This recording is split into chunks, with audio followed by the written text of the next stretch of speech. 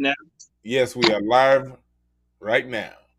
Welcome to Intelligent Ish Talk Hotep Ish. You know, I like to talk my shit where we like to troll and have a good time, have intelligent shit talk and intelligent ish talk. Mhm. We are here with our favorite guest, Dr. Randy Short, to talk about the 2020 election is going down right now.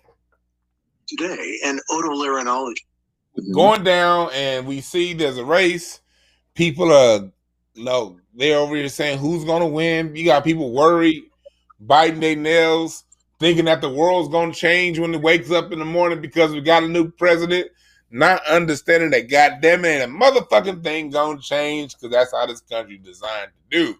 Either way it goes, whether you're voting for Biden or Trump, we got jokes for both sides of them, and we got some real shit, some real talk.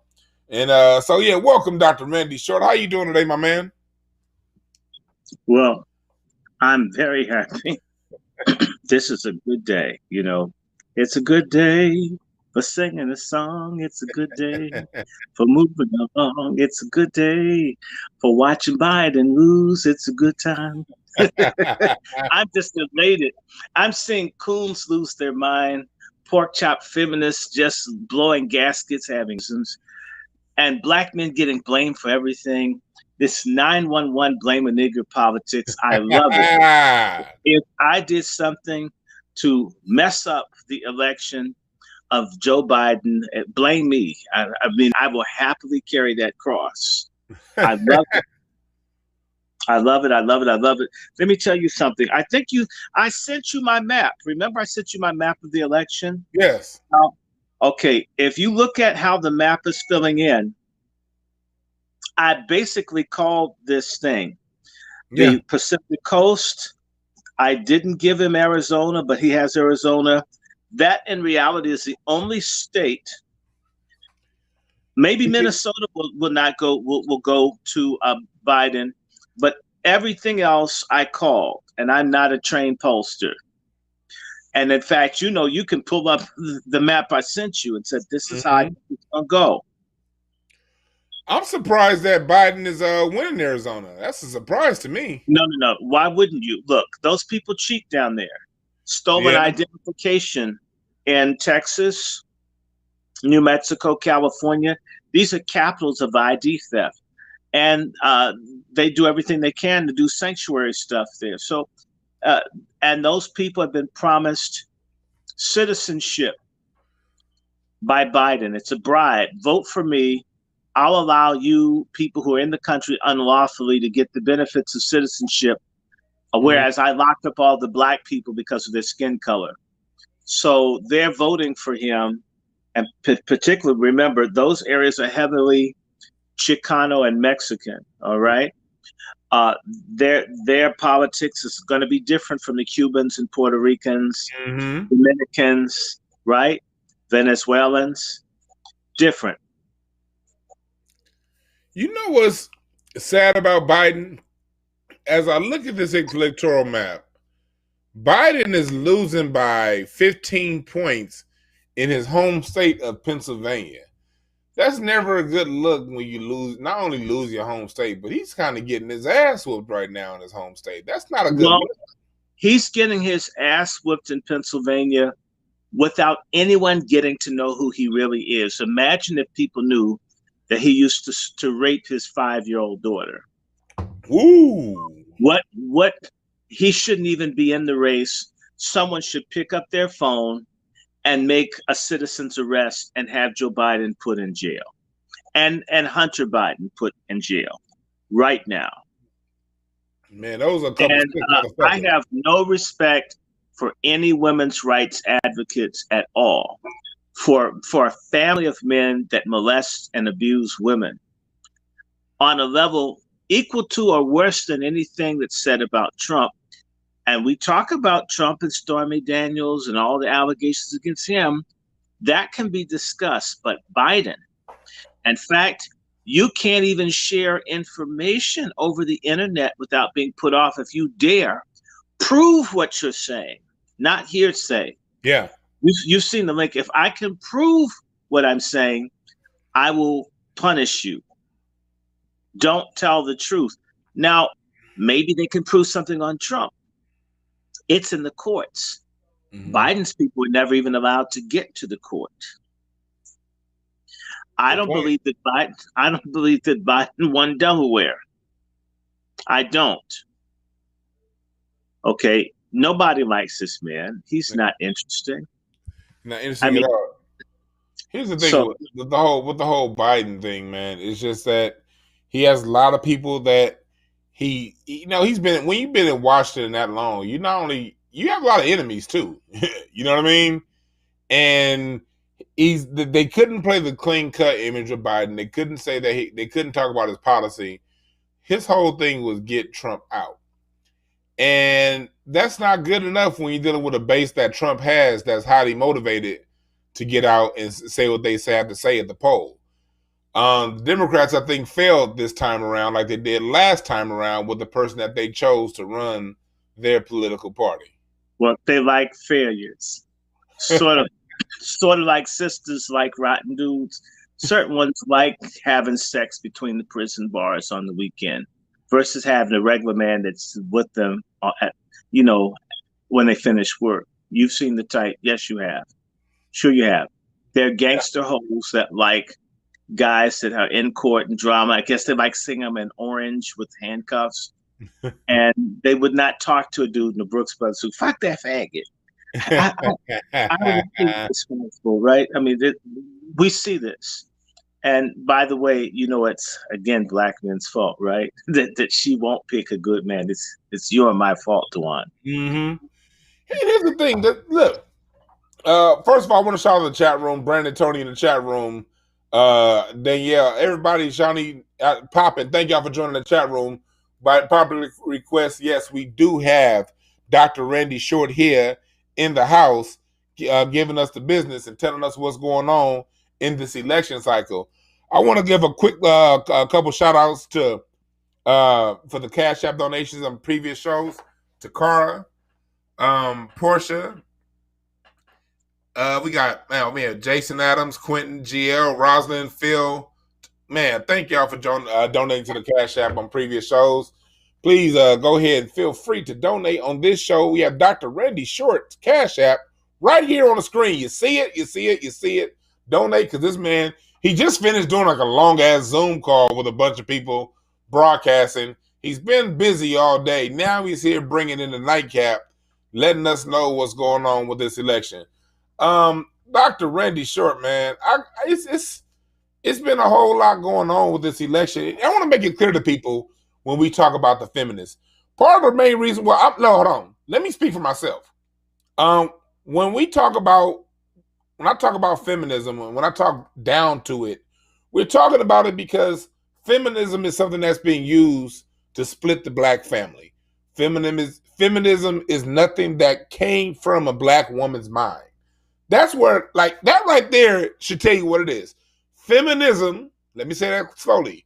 Feminism is not something that came from the mind of a black woman. That's something that white women had an issue with their husbands, their sons, their fathers, and recruited black women into to do because to voice. Because at the end of the day, white women know they have no legitimate gripes, especially after affirmative action got passed. Hell, they're the biggest beneficiaries from affirmative action. These are the people who raised the motherfuckers that they complaining about. So they know they don't have no talk. They know they ain't got shit to say. They don't have a legitimate gripe. So they had to recruit sisters. They had to recruit black women. Unfortunately, over the last 60 years, there have been too many, not all, but too many who have fallen for the bullshit. And that bullshit has been a primary factor in keeping the black family down, splitting the black family apart. Look at the Democrats now. Everything, black women, black women, black women, black women, black women. They don't do that to no other group. I don't know if y'all notice that shit. But you know what? They don't do that to no other group but us. But you know what? And there's no other group of women that allow their men to be disrespected like that. It says something about the character of the women that let their men collectively be treated that way. And that's a defect. It's a cultural, psychological defect in our society as Black folks, and it has to be addressed. And this is same way they talk about deadbeat dads. Well, we have deadbeat sisters. They're not on code. They're not doing what they're supposed to do. They've done this for decades. I remember sitting in class at Harvard and folks would say, well, literally teachers, professors of all colors, well, you Black guys aren't that good, but your women are great. And this would be said, and this is normal. And I'm thinking, I never saw that done with anybody else. I've never seen one Black woman say, I don't like this in 30, 35 years. Okay, and that means that somebody likes this game of appreciating women more than men while claiming to be the victim, while benefiting from a type of gender bias and discrimination against Black men collectively, while saying, well, this used to happen to us, so we have to fuck you today for what used to happen to people. And Black men, professors and other people, they're the biggest kumbaya, suck up, weak ass men I've ever seen. Jeffrey Epstein, Mr. Weinstein, the most degenerate white men, the rape, the molesters, they don't ever have to be humble or repentant for what they have done. Black men, the good ones, not the rotten ass men, are expected to be repentant and apologetic for stuff that they didn't do. Yeah. I ain't doing it. Fuck that. Fuck it. It's over. The white women that told you could do that, it's not happening anymore. And it's not just me. It's going to spread all over the country. Nobody will care anymore. There was a period of time, I was in Nigeria about 10 years ago, maybe longer than that. No, 11 years ago. And I was telling the guys there, y'all are too rude to the women that you have here. Yeah, you shouldn't do this, right? Says, man, you don't know how good you have it that the women in your community work with you and respect you. That can go south real fast. And they laughed at me. Now, mind you, I wouldn't want for them to treat women without respect or dignity, okay? Even if it's not advantageous for me to speak up because I don't like unfairness. The same shoes should be on women when you're a Black female teacher and you're at a school and your honor society is 100% female, and that doesn't strike you as, why aren't any of the boys bright? And we don't hold Black women's feet to the fire on that. I do. It doesn't matter to me how it upsets people. There is a lack of discipline emotionally in our community on all sides, inclusive of the female side, where folks aren't bussed out and called out. For example, when Shirley Chisholm ran for president against the Congressional Black Caucus to help the white lesbians and feminists, which hurt the Black community, people did not say, we're against the Black women that voted for Shirley Chisholm. Listen to what Maxine Waters said about Black men that vote for Trump. Oh, yeah. So in other words, we have a double standard in our community, and it comes out of white supremacy, where women get to do things that men don't get to do, at the same time claiming to be oppressed and held down. And my question is, wait a minute. If you're the majority of the people that go to college and get good jobs, what do you mean you're oppressed? Relative to what? We're oppressed as a collective. You mean you're more oppressed than I am? Are you kidding me? You're oppressed differently within the same white supremacist system, but not more so. That's the thing right there. I want to bring out 2 points. One, let's talk about Maxine Waters earlier today said basically she's never going to forgive Black men who voted for Trump. First of all, it's people's right to vote for however the hell they want to vote, and however you feel about it, it ain't your business. Let me speak to her. Go ahead. First of all, Maxine Waters needs to resign and she needs to retire. I'm never going to forgive Maxine Waters for being one of the key representatives that helped get the Biden bill through Congress to mass incarcerate Black people, in particular Black men. I'm not going to forgive Maxine Waters for when she was talking about the CIA bringing cocaine into Black communities, that she let it go, and that she never acknowledged 25 years ago that she's an accomplice to the mass incarceration of Black people. Maxine Waters is a liar. Maxine Waters is a fraud. Maxine Waters is from East St. Louis, Illinois. She hasn't done a damn thing for the poorest Black community, urban community in the Midwest. Who is she to talk about anything?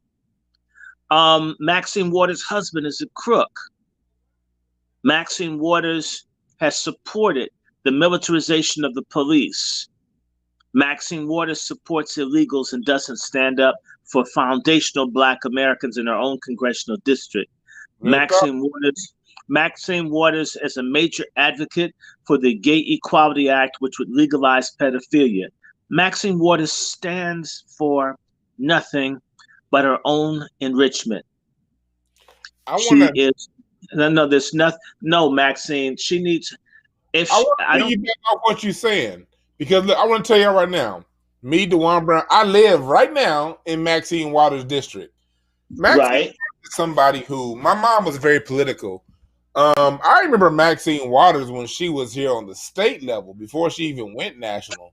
It was her and a woman named Barbara Boudreaux. Those were the two that was going at it back in the early 90s here in LA over who was going to win that state, that Congress seat. And Maxine Waters, me being in her district right now, I'm going to tell you right now, I voted for Joe Collins. My first time in my life, I've voted for a Republican in my district. But I didn't vote for Joe Collins because I think that he's some very extra special guy. I don't necessarily like all the money behind him from the Republicans. I'm thinking like, okay, what the fuck going on? But at the same time, Maxine Waters don't fuck with us. I only see Maxine Waters at Jazz at Drew. I see her at the Taste of Soul.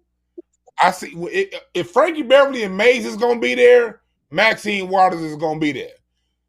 But if the Gap Band ain't performing, I ain't seen that funky head bitch nowhere. And this is what really pisses me off about it. I don't know if y'all remember this. A couple years ago, some white supremacists, and I think it's 2018, 17, somewhere around there, they said that they were going to go to Maxine Waters' office and basically ride on her office. And so I was there. Like, even back then, I wasn't the biggest Maxine supporter, but it was the principle of we're not going to have no white dudes coming down to 108th and Broadway and feeling safe and secure doing anything. Fuck Maxine Waters. This is about the principle. So at that day, in front of her office was full of Black men. You had some Black women out there too. Shouts out Linda J. She was out there. I was out there with some other people. But we saw some white dudes come up. Them white dudes got checked and handled. It was a white dude in a gray or silver F-150 with like these big ass flags. A nigga jumped up in there, pulled the flags out. We was there to protect Maxine Waters. Like I said, not because we agree with her political agenda. Most of us out there knew she wasn't shit. That was part of the discussion. The dudes was like, man, Waters, I can't tell you nothing she really done for us. I can't tell you even anything but the principle of some white dudes saying that they're going to come down to our neighborhood. They're going to do anything. That was a problem. So we was out there. Maxine Waters, in her district, she's in a district, like when people think about LA, they think of Watts. Watts isn't the most dangerous part of LA, and it hasn't been the most dangerous part of LA for 20 years. The most dangerous part of LA is over there for the last 20 years, basically the Normandy and Century area. That's right smack dab in the middle of Maxine Waters district. We haven't seen nothing but jobs leave, no jobs come into that area, and the jobs that have come to the area, they've gone tech, and there's no training in the schools for the tech job. And when it comes to the construction jobs, nothing but Mexicans get those jobs.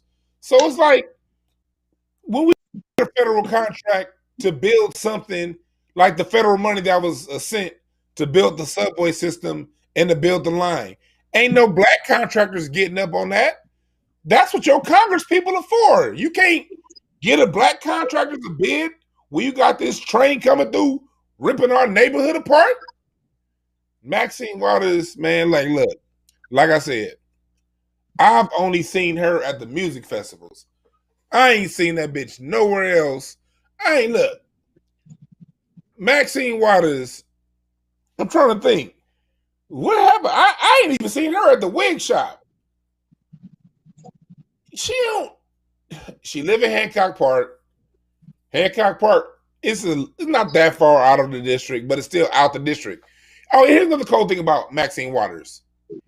In Maxine Waters district, she has one of the wealthiest black neighborhoods in the country. We talking about View Park, Ladera Heights, Baldwin Hills. When I got to my senior year in high school, we moved to View Park. My parents got a damn view of the city at their house. If they decide to live on the Baldwin Hills side, Baldwin Hills has some of the biggest, most beautiful homes in America. View of the city, all that shit. Why wouldn't you want to live in your district around black people? Like my wife was raised in Ladera. The city councilman back in the 90s on her block, they lived, Julian Dixon, they lived on the block. Like we used to see in View Park, Ladera, we're used to seeing black politicians. Who the fuck is Maxine Waters and not want to live in Ladera Heights around all them successful black people? That's who Maxine Waters is. She don't really fuck with us like that. Maxine Waters, I'll give you an experience. Maxine Waters was tight with the folks in Haiti. There was some corruption involved with Aristide. She's connected to it. Her husband, there's some issues there. They were going to investigate her. She made a deal. Because of whatever. Now, here's the allegation. The allegation is her husband kind of like girls young. You've heard this too. Yes, you have. And he's done some unscrupulous business things. Yep. Okay. They were going to bag Maxine. Obama's administration was going to dog her. And the deal that I believe was cut was that Maxine agreed to become Coon's sister number one.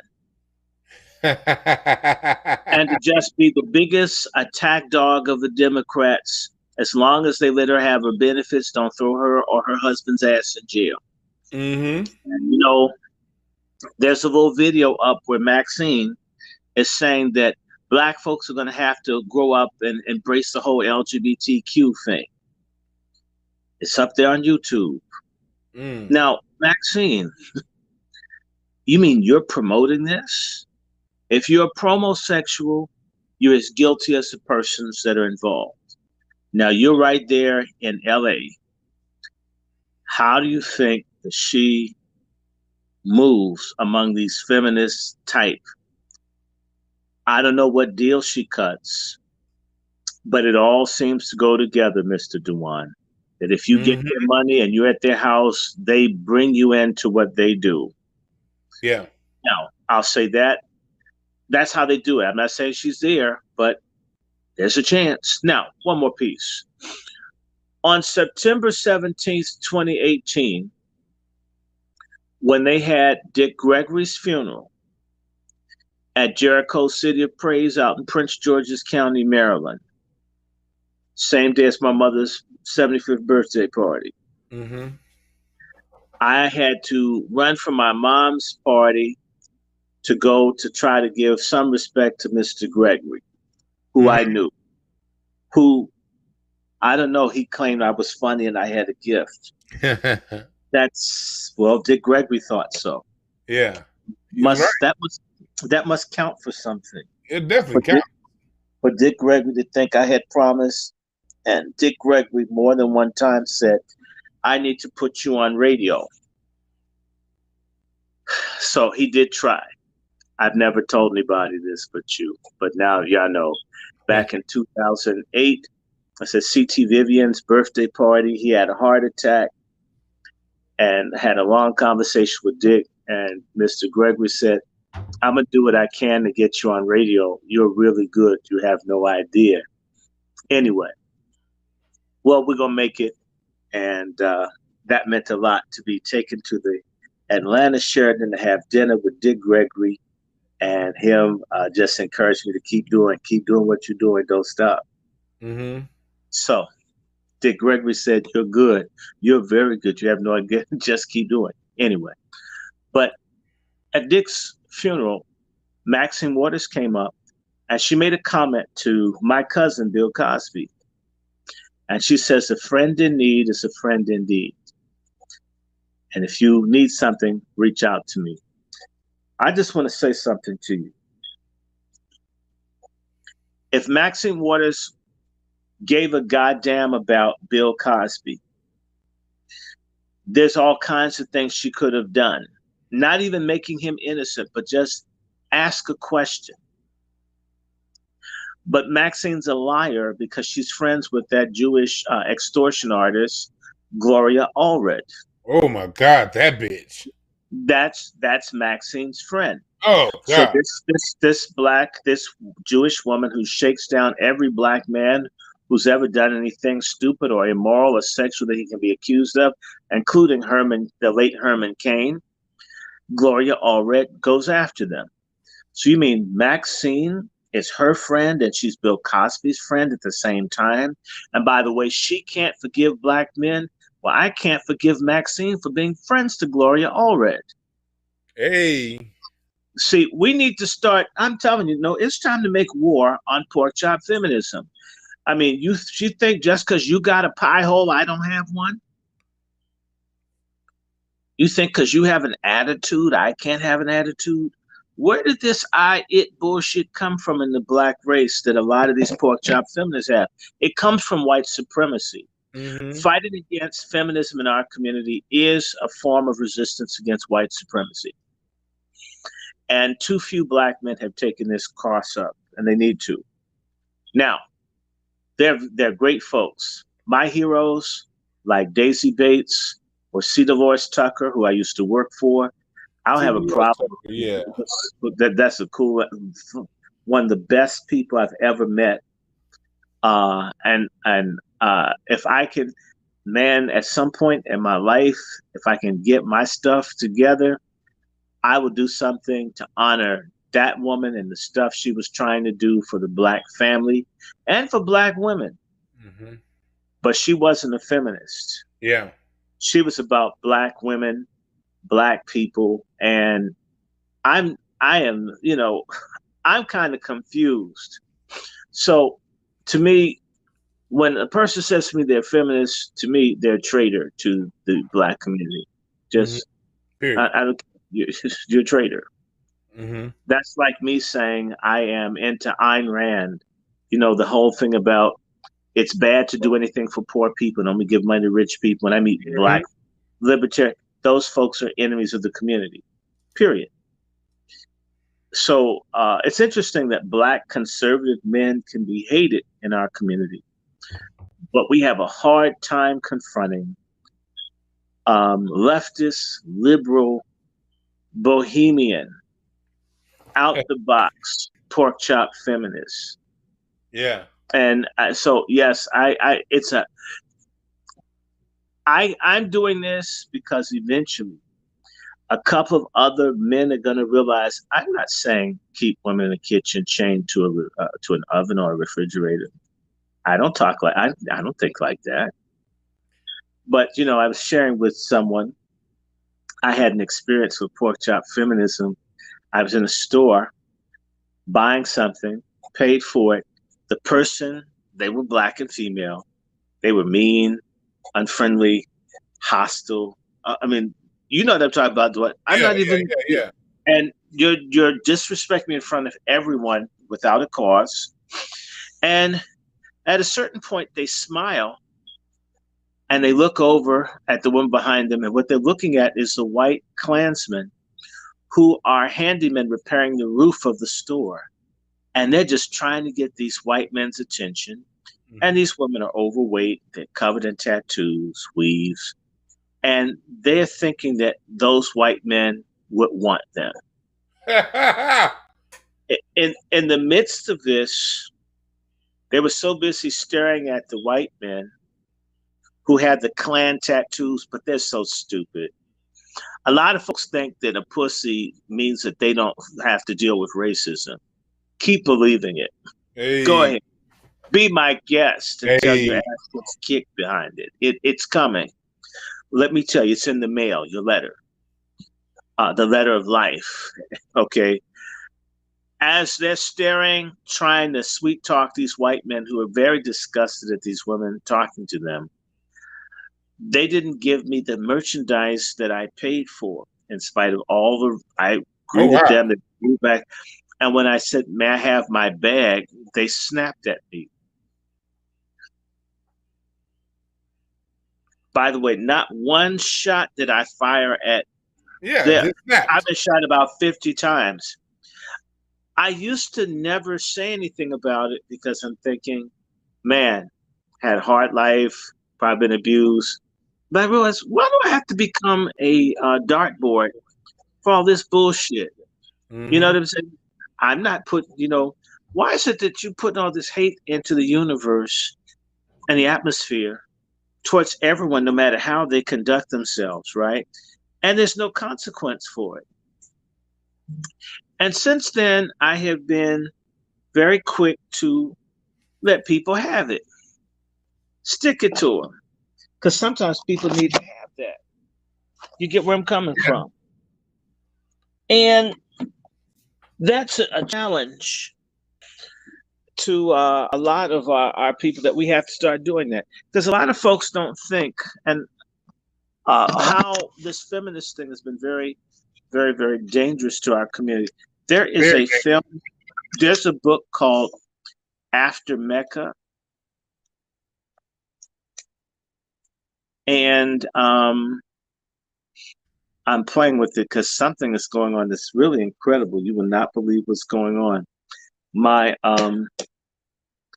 phone battery all of a sudden is super hot. Oh wow! I be fucking with your phone, man. Oh shit! Oh.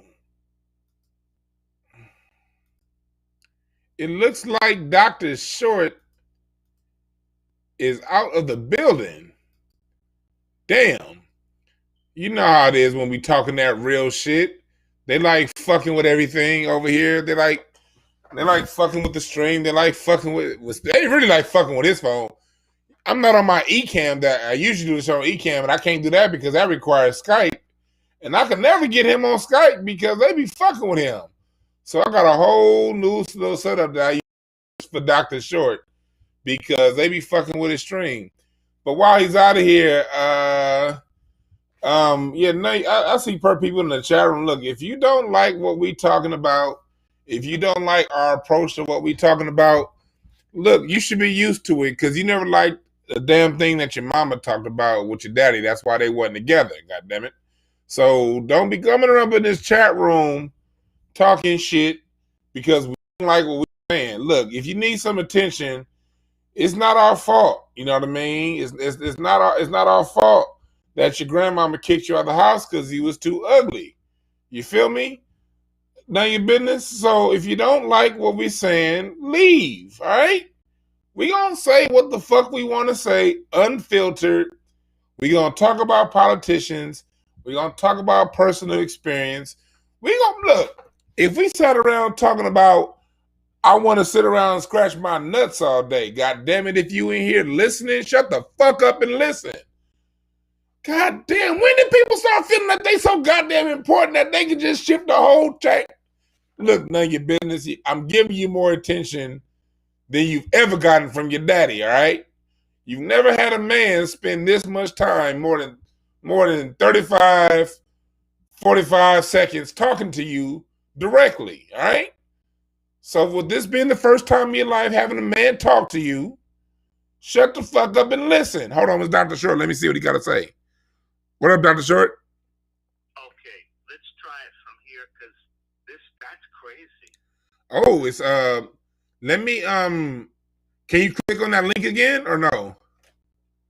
I want Yeah. phone. I don't want it to if it runs hot and it goes back and forth between charging, it'll run out and it'll shut off on us anyway. You understand what I'm saying? Yeah. Never had that situation. Can I email the link to this phone? Yeah, I'll just do that. I'll do that right now, and then I'll email you the link, the live link to this phone, and then we'll be back on. All right, give me like 2 seconds. All right, cool. Yeah, that's Dr. Short. I'm over here. I gotta send him another link to the show because his phone ran hot. Live link. There we go. There we go. Here he is. Welcome back, Dr. Short. There you go. It was cool that you left because I had to put some people in the chat room in place who felt that it was their time to shine and get attention, and I just had to shut them the fuck up. But back to what you got to say, my brother. Yeah, I'm simply saying that in order for us to get along and to move forward, we got to do and we have to be about our business. There's a business of being a man. There's a business of being a woman. There's even a business of how you treat the next person. There are things that I see. For example, maybe it's different. You see it in Los Angeles. What I can say to you here is it's very rare that I will see a Spanish-speaking woman yelling and screaming at a Spanish-speaking man in public. I'm not saying it doesn't happen. I'm saying that I haven't seen it happen often. Good point. I haven't seen it. I'm here. I'm in the middle of it now. Okay, right. But I know what it's like to be in situations and have someone yell and scream at me without a cause. I haven't touched your body. And this is how Black men are related to in an open space. And not a fucking peep from any woman watching it. No male, because he's hoping to get some pussy off the woman yelling and screaming. And I don't see any introspection among Black women. Why are we doing this in spaces in front of children? We're modeling something that's not healthy. And I have been in situations where I had to think about, because there were younger people, do I get this woman's ass straight? And then these young boys or girls see a Black man tear a woman down publicly. Or do I let her disrespect me, and then it's modeled that it's okay to tear a Black man down in front of people? This is something that all Black women are guilty of, that I know most, not understanding that that's not the way to go about it. I'm not saying take any abuse off of any man, but to choose to do things in such a way openly degrades everybody. I can recall working in a church, doing some stuff with youth, and there was this asshole, older, light-skinned Black woman who needed to get her ass kicked. They kept yelling and screaming at me in church. In church, brother. I don't know her. I'm trying to get away from her because I don't want any problems.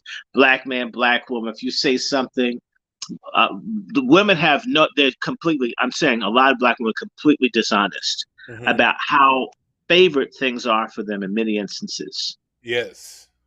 They're very dishonest. In fact, pathological liars about it. And it's a power center that they have, and no one concedes power, right? So for this woman to be rude and yell and do this to me not once, but about 4 or 5 times, and I want to give her space.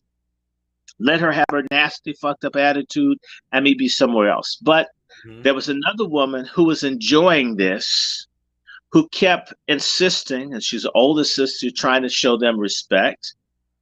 By the way, in other cultures, older women don't do certain things to men who are mature adults. Yes. No, they don't try it, even though they're older. Women here overplay their hands. Black women have no idea how they overplay their hands. In a lot of instances, it doesn't have to be. And I'm not talking about being punked or ripped off by anyone. I'm just talking about being disrespectful and it carrying no consequence. I'll just tell you, I was there to work with youth at a church, and at a certain point, they're going to clean up. So we were told, they didn't ask me, I'm in my 40s, right? Get over here. Not would you come over here, right? And just ignore it, just move. And it just one thing after the just like one disrespectful thing after the other. And I'm thinking, this is crazy because I don't talk to people like this. I'm not resisting you or taking your power away or challenging you. But this is a certain way that the sister size you up. Because if you're a man that will beat the hell out of a woman, they show respect. There's something very sick about a woman, that you have to be a violent, vicious, brutal man, and you get more respect than a respectful black man does. And that's wrong. And so what it says, if I'm looking at this as a little kid and I want respect, the respect is through being violent against women gets you more respect than being cooperative. Yes, sisters, you can model that when you treat people who are pleasant, beta males, whatever you want to call it, with total contempt, anyone that doesn't want to be treated that way says, hey, I know how to stop this by being a jackass. Right? Yeah. Children model by what they see, right? Okay. Now, this lady kept doing this. And this other fat, older, light-skinned lady kept asking me to be in an area that I keep trying to move to avoid her nasty behavior. So there's no noise. And this other lady's doing this too, right? So they're playing this. These young men are watching, and in their view, I'm weak. I can't stand it. This is like this. I absolutely could have dealt with it. And at a certain point, I asked, can I help? She yelled and screamed at you over that. And the guys would look at me like, man, you're a chump.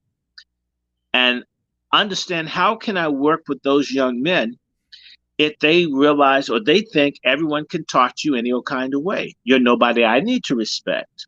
You get where I'm coming from? And so I left because it says, this is crazy. And by the way, she did stuff like hit my feet with the broom. And she's just doing it just over and over and over again, man. Just being a fucking bitch. When I got back to my house, I says, I can't let this go. Because the next time I go, I'll be treated with disrespect over and over in front of people. And if I raise my voice, you understand what I'm saying? The black man is, this is why I don't give a fuck about what certain women think. They've never been in a situation where there's nothing that you could do that would be right as a black male. If I take it, I'm wrong. If I speak up, if I'm wrong. If I try to get away, I'm wrong. If I stay and do nothing, I'm wrong. Right? I'm just wrong. That's what white supremacy has done. And many, many of our people, sisters, reinforce it, whether they're aware of it or not. And it's very, very disgusting. Let me tell you what I did. I decided to solve this problem. Go ahead. I called this sister up who was one of the heads of the NAACP, and I told her, because of the circumstances of tonight, I'm going to have to relate to you in a way I never thought I'd have to relate to a woman that's senior to me in years. But the only way I can continue to be active with this church is that I be respected as a human being by everybody. She says, well, what you mean? I says, you have a friend and they have a problem. I said, your friend Sadie is a jackass or a she-ass. Yeah. And she's lucky I'm not a woman because I would have beat her ass. But because I'm a man, I was brought up, you respect people. I did everything. And I says, you know what? And she said, I says, no, don't you interrupt me. That's your friend. You asked me to volunteer, and then you aided and abetted her disrespecting me in front of these young men. I never raised my voice to her, never put my hands on her. I didn't do anything but what you asked me to do.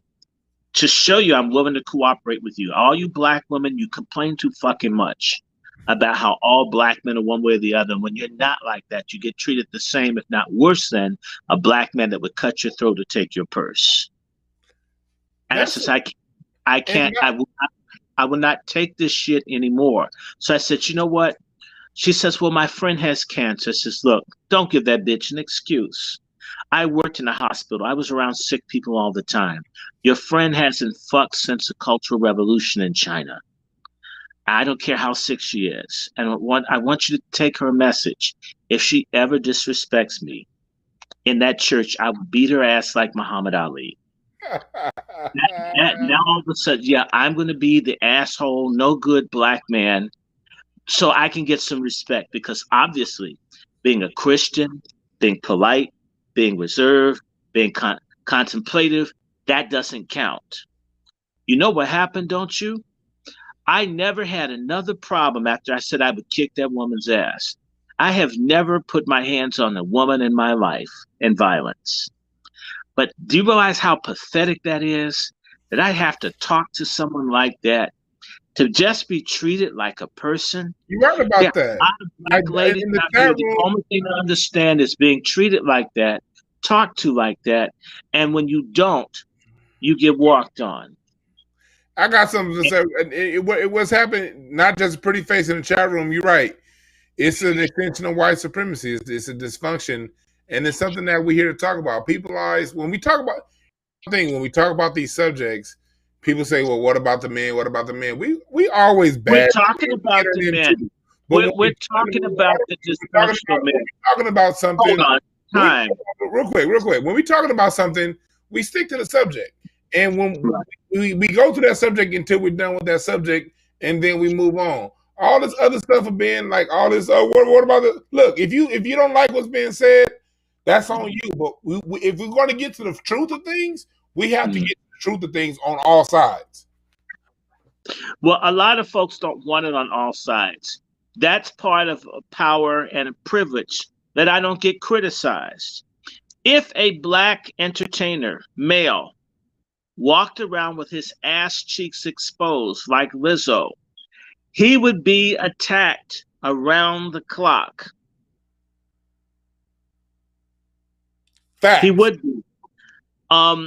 There is, white supremacy has given an emolument of insubordination and arrogance and being off base, off square, and off code to pork chop feminism.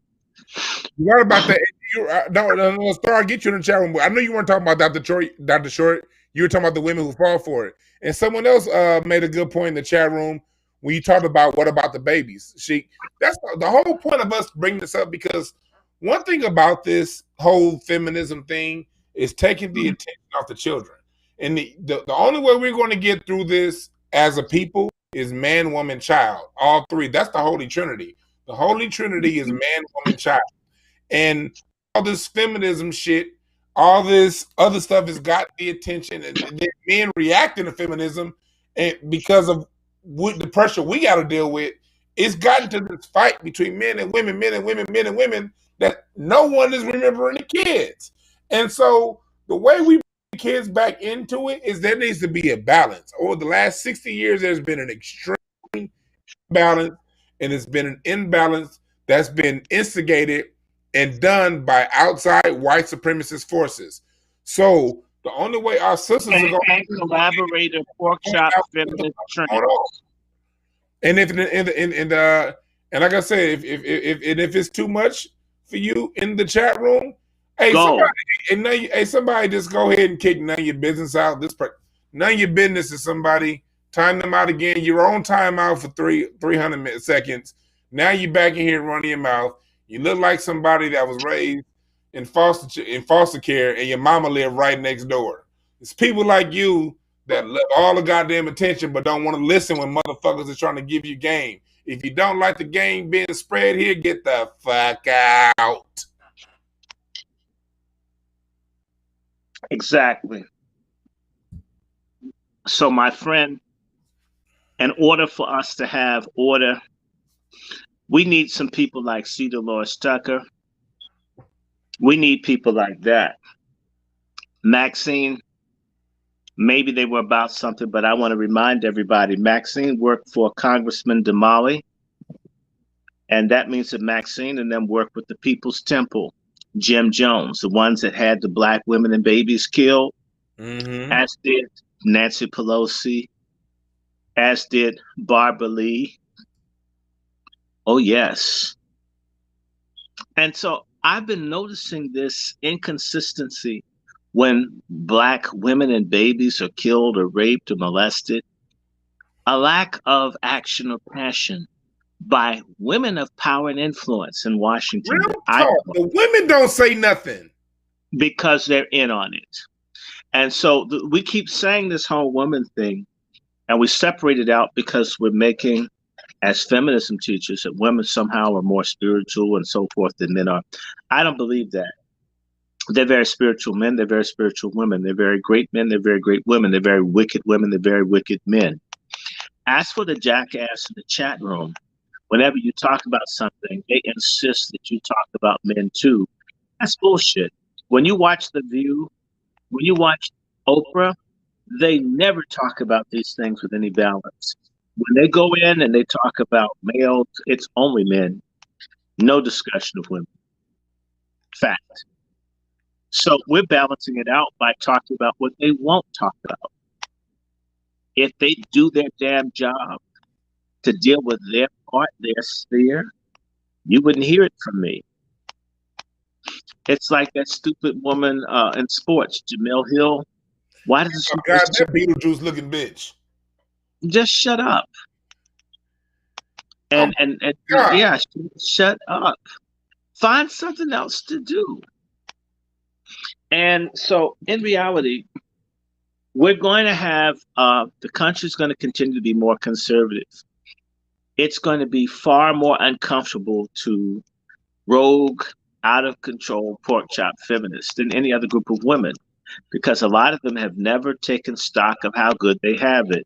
Yes. If you walk around going through life thinking that you are always treated the worst of anybody, I can just assure you, Arab women get beat up. Latino women get beat up. Arab women get beat up. Farsi women get beat up. I mean, I don't like it. I'm against it. I'm just saying to you, relatively speaking, white women get beat up. Yeah, white women get fucked up. That's why they created feminism. But white women don't get fucked up the way black women do. But I'll tell you something. That violence is awful. It's reprehensible. But you know what's interesting? In spite of all of that awful stuff, they do not collectively condemn the entire group. Our situation is very different. Good point. And they're encouraged to collectively smear. Okay, ask any of your Spanish-speaking people about what it's like to come here from Latin America and what the men in their group do.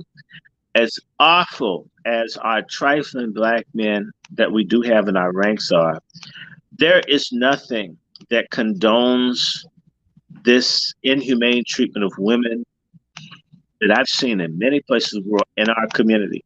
I'm not aware of it. And in things that systematically exploit women, like sports or secret societies or so forth, they always have women auxiliaries that help facilitate the abuse of women. Yeah. You know, and I want to make a point. You made a really good point.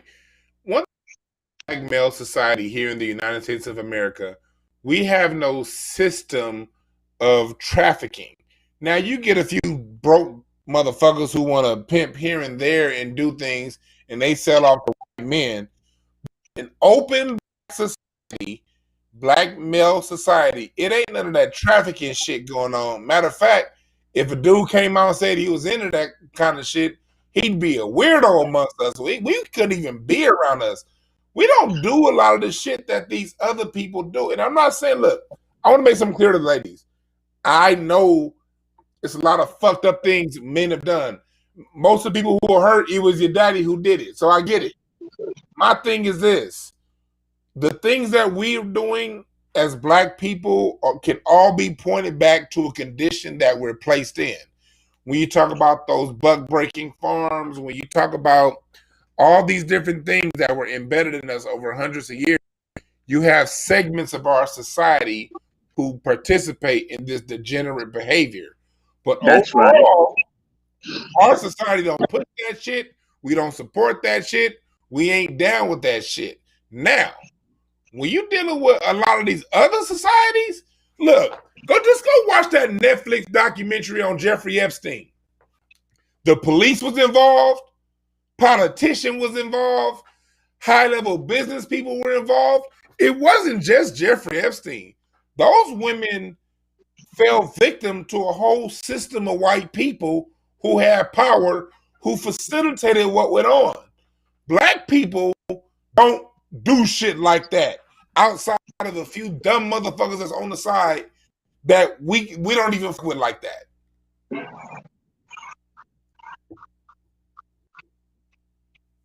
It's just one of those things, man. Like we have, as Black society goes, we have to stop co-signing every little thing these outside groups say. Because one thing these outside groups, they project their degeneracy onto us and we pick it up. And then we have a lot of, the sad part is, we have a lot of our women repeating this shit, man. We got to stop repeating all this shit that these people say about us. Because all of it's lies. Let me go ahead and break here to the election. It looks like they were trying to say earlier that it's going to win Texas. It looked like that's not going to happen. Who? Trump? It looked like Trump losing in Texas? Huh? Who's winning Texas? Trump is back up. Trump is up 52-46. 52% to 46 for Biden. So, and he's up by and he's up in Georgia. Of course, they're gonna win Georgia. He's up in North Carolina. Trump is up in Pennsylvania, Michigan, and Wisconsin. All states that 3 hours ago the media was trying to call blue. Well, why won't they call his victory? Notice how they're holding up. I'm telling you, nuns don't hold off of cooch like CNN is holding up off of giving these electoral votes to Trump. I mean, this is just ridiculous, man. It's so sad. Damn. Even the flying nun would have given us some by now. That's the thing. This whole election thing is a sham, man. Like, they do all this winning, polling, and all this shit to keep our attention. They be telling the polls, but they never tell you where the polls came from, what time they took the polls, location. But they took the poll out there. They took the poll out. Go ahead. They took the poll out their ass. Now let me tell some sorry ass jokes for a few minutes. Go ahead, brother. Go ahead. Okay. Don't tell anybody, but ask the chat room if Kamala Harris was in the van, what position would she hold? If Kamala Harris was in the van, what position? A band, the marching band. What position would she hold? Yes. Is anybody in the band juggling balls? What position? Cum major.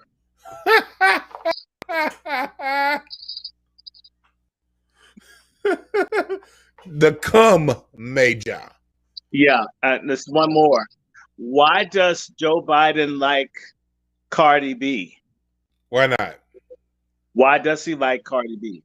Why does Joe Biden like Cardi B? I don't know. Tell me. Because he thinks WAP stands for wet ass pedophile. He thought she was ushering in the pedophilia with her music. Well, no, not that, because he's a wet ass pedophile. Yes, he is. And then he runs in his family. They're just nasty freaks. You know what's funny? You say that. In 2016, I kept hearing all these people say, "Hey, look, a vote for Biden, a vote for Trump is a vote for pedophile." How can all these people who vote Republican vote for pedophile? Ooh, he's so bad. Biden just as bad as y'all voting for this nigga. What's wrong with your morals is what I gotta say. Well, because they like, some pedophiles is, some pedophiles ain't.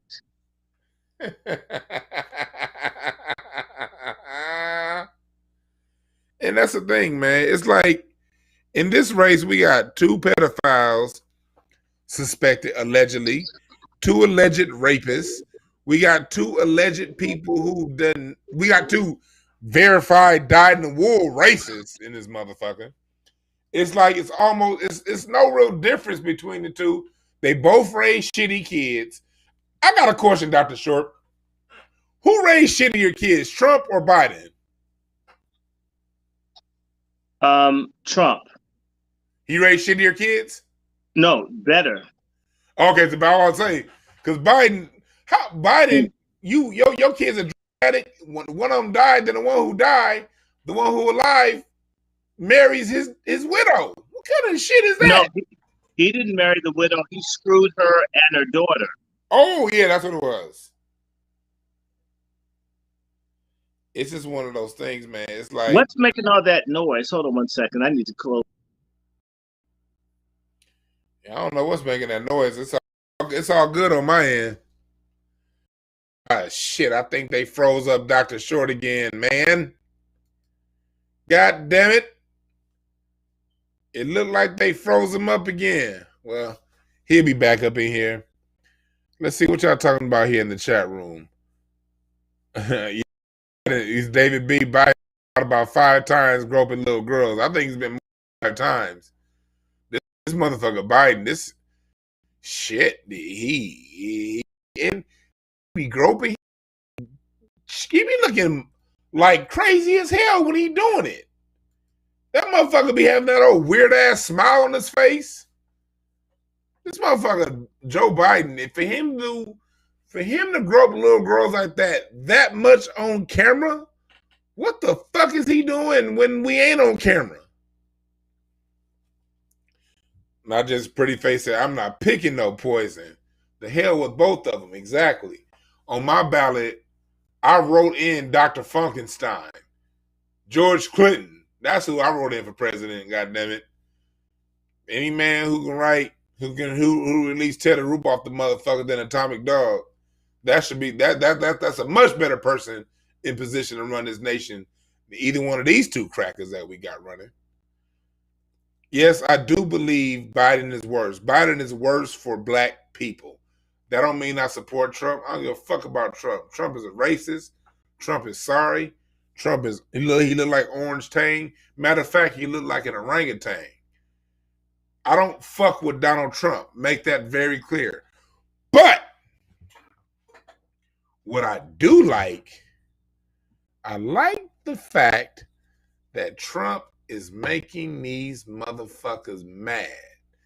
All the non-white, non-black others, the buffer class people, the ones who identify as white on a license, but they'll want to say nigga when they're around black people, he making all them mad. He making all them nervous. And that's what I like. Because Trump is giving these motherfuckers 1/100th of what black people have had to deal with. Basically, the last 4 years combined has been basically a normal Tuesday before 6 a.m. for a black person every day for us. So to see these motherfuckers struggling is a delight for me. I love the fact that Trump is in office pissing all these motherfuckers off who came to this country thinking that everything was peaches and cream and everything was good. Everything's okay. What's wrong with those black people? No, Trump is now telling motherfuckers it's a problem. Everything is peaches and cream at the expense of niggas. Basically. That's no. And I get to ride their civil rights and all of that. I'm a person of color when I want this shit. And I'm something else once I got something when those niggas ask me. No. Get the fuck back to Africa, wherever you came from. Do not pass African American gold. Go directly to white immigration jail. Yeah, like people talking about all these cages and shit, and I don't want to look. You don't want to see nobody locked away in cages, but all I No, gotta no, say no, is this: wait a minute. black men been getting put in cages like a motherfucker, and Kamala Harris is the main reason why. What about their families? Look, a supermax prison is a cage. Everybody like that. So, they put children in jail in Illinois, black, and adult jail, and that seems to be okay because they're super predators. So no, what's good for the black goose is good for the people of color gander. Somebody say amen. Amen, amen. That's true equality. That's right. We all in this together. So intersectionality your ass into the cage and into the ICE detainer center. Okay. Since we're all in it suffering together, we intersectionality. You know what I'm saying? Mm-hmm. Hey man, all I'm saying is for all you people that are saying we can't do 4 more years, look, Dr. Short, I'm so with Dr. Short because when we get off air, we're gonna do some more family genealogy talk because I just traced some more of my family back to the Virginia area, going back to the 1600s. Where in Virginia? Northampton. Oh shit! That's not far. You're Northampton, but there are people in Southampton, Isle of Wight, Dinwiddie, all those counties. Dinwiddie too. I got family and look, my cousin I was talking about, her, it's a basic truth. Anybody 200-mile radius of those counties over time are related. So it's basically a far greater chance that you are related to me than not. It's in fact, it's 100 times more likely that you are than not. I want to break something down for the people listening because they love your history, Dr. Short. They love your information. And I want to tag team a little bit on us back because there's a lot of foundational Black Americans here in the chat room. And to my non-foundational Black Americans in here, I see y'all too. Y'all fuck with us. We fuck with y'all too. But let's have some foundational Black American talk. Immigration and all these things, intersectional, Trump, Biden saying he's going to put gay rights ahead of black rights, all that shit. That hit different when you see that your family's been in this country before this country existed. People think that we were just running around Africa and then slavery happened and then boom. One, a lot of us were here before slavery. Two, the ones who were here during slavery and came over and bought themselves out of freedom, either bought themselves or fought themselves out of freedom. It was a fuck ton of raids of plantations by free black people. My family was free in North Carolina all the way through 1830. So let's not act as if people were just sitting around waiting on white people to do something. We have been getting active the whole time, and it's our goddamn time now. And if we don't get it, we don't give a fuck about how you feel about Trump in 4 more years. You got somewhere to go. We don't. In fact, you should get going.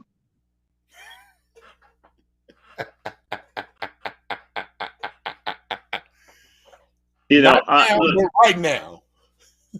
It's real simple.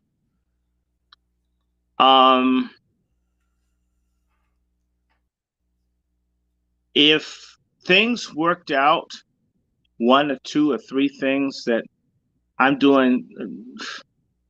My advisor here, Dr. Dawson's telling me, and she's right, that I need to focus and concentrate on things that work, that pay, that will reward effort. But one thing I've been doing, just so you'll know, because Dwan, a lot of people, they don't know anything. In fact, you could listen to 100 conversations from a person and never know anything about them. I'm not giving a defense of myself at all. I don't care to. But if I said to you, I'm on the board of directors for the Rebecca Project for Justice and Human Rights, which means I'm an advocate for human rights for Black women, and other things, okay, this is just a fact. And if I told you our board director president is a woman, and the biggest problem they've had is getting help from other Black women, not from Black men. I mean, that's why I've deliberately become more disrespectful and irreverent towards pork chop feminism, because they don't get called on this shit. So I've seen, even see Dolores Tucker, when she was standing up, the sister stabbed her in the back and let the white people destroy her. Yeah, that was sad. That was sad. Yes, the Black women did. When the greatest Black women ever to be a leader, and the sisters let them stab her to death. Or ran her out. I don't want to go too far, but for people who don't know, tell them real quick of who C. Dolores Tucker was. This is a short snippet.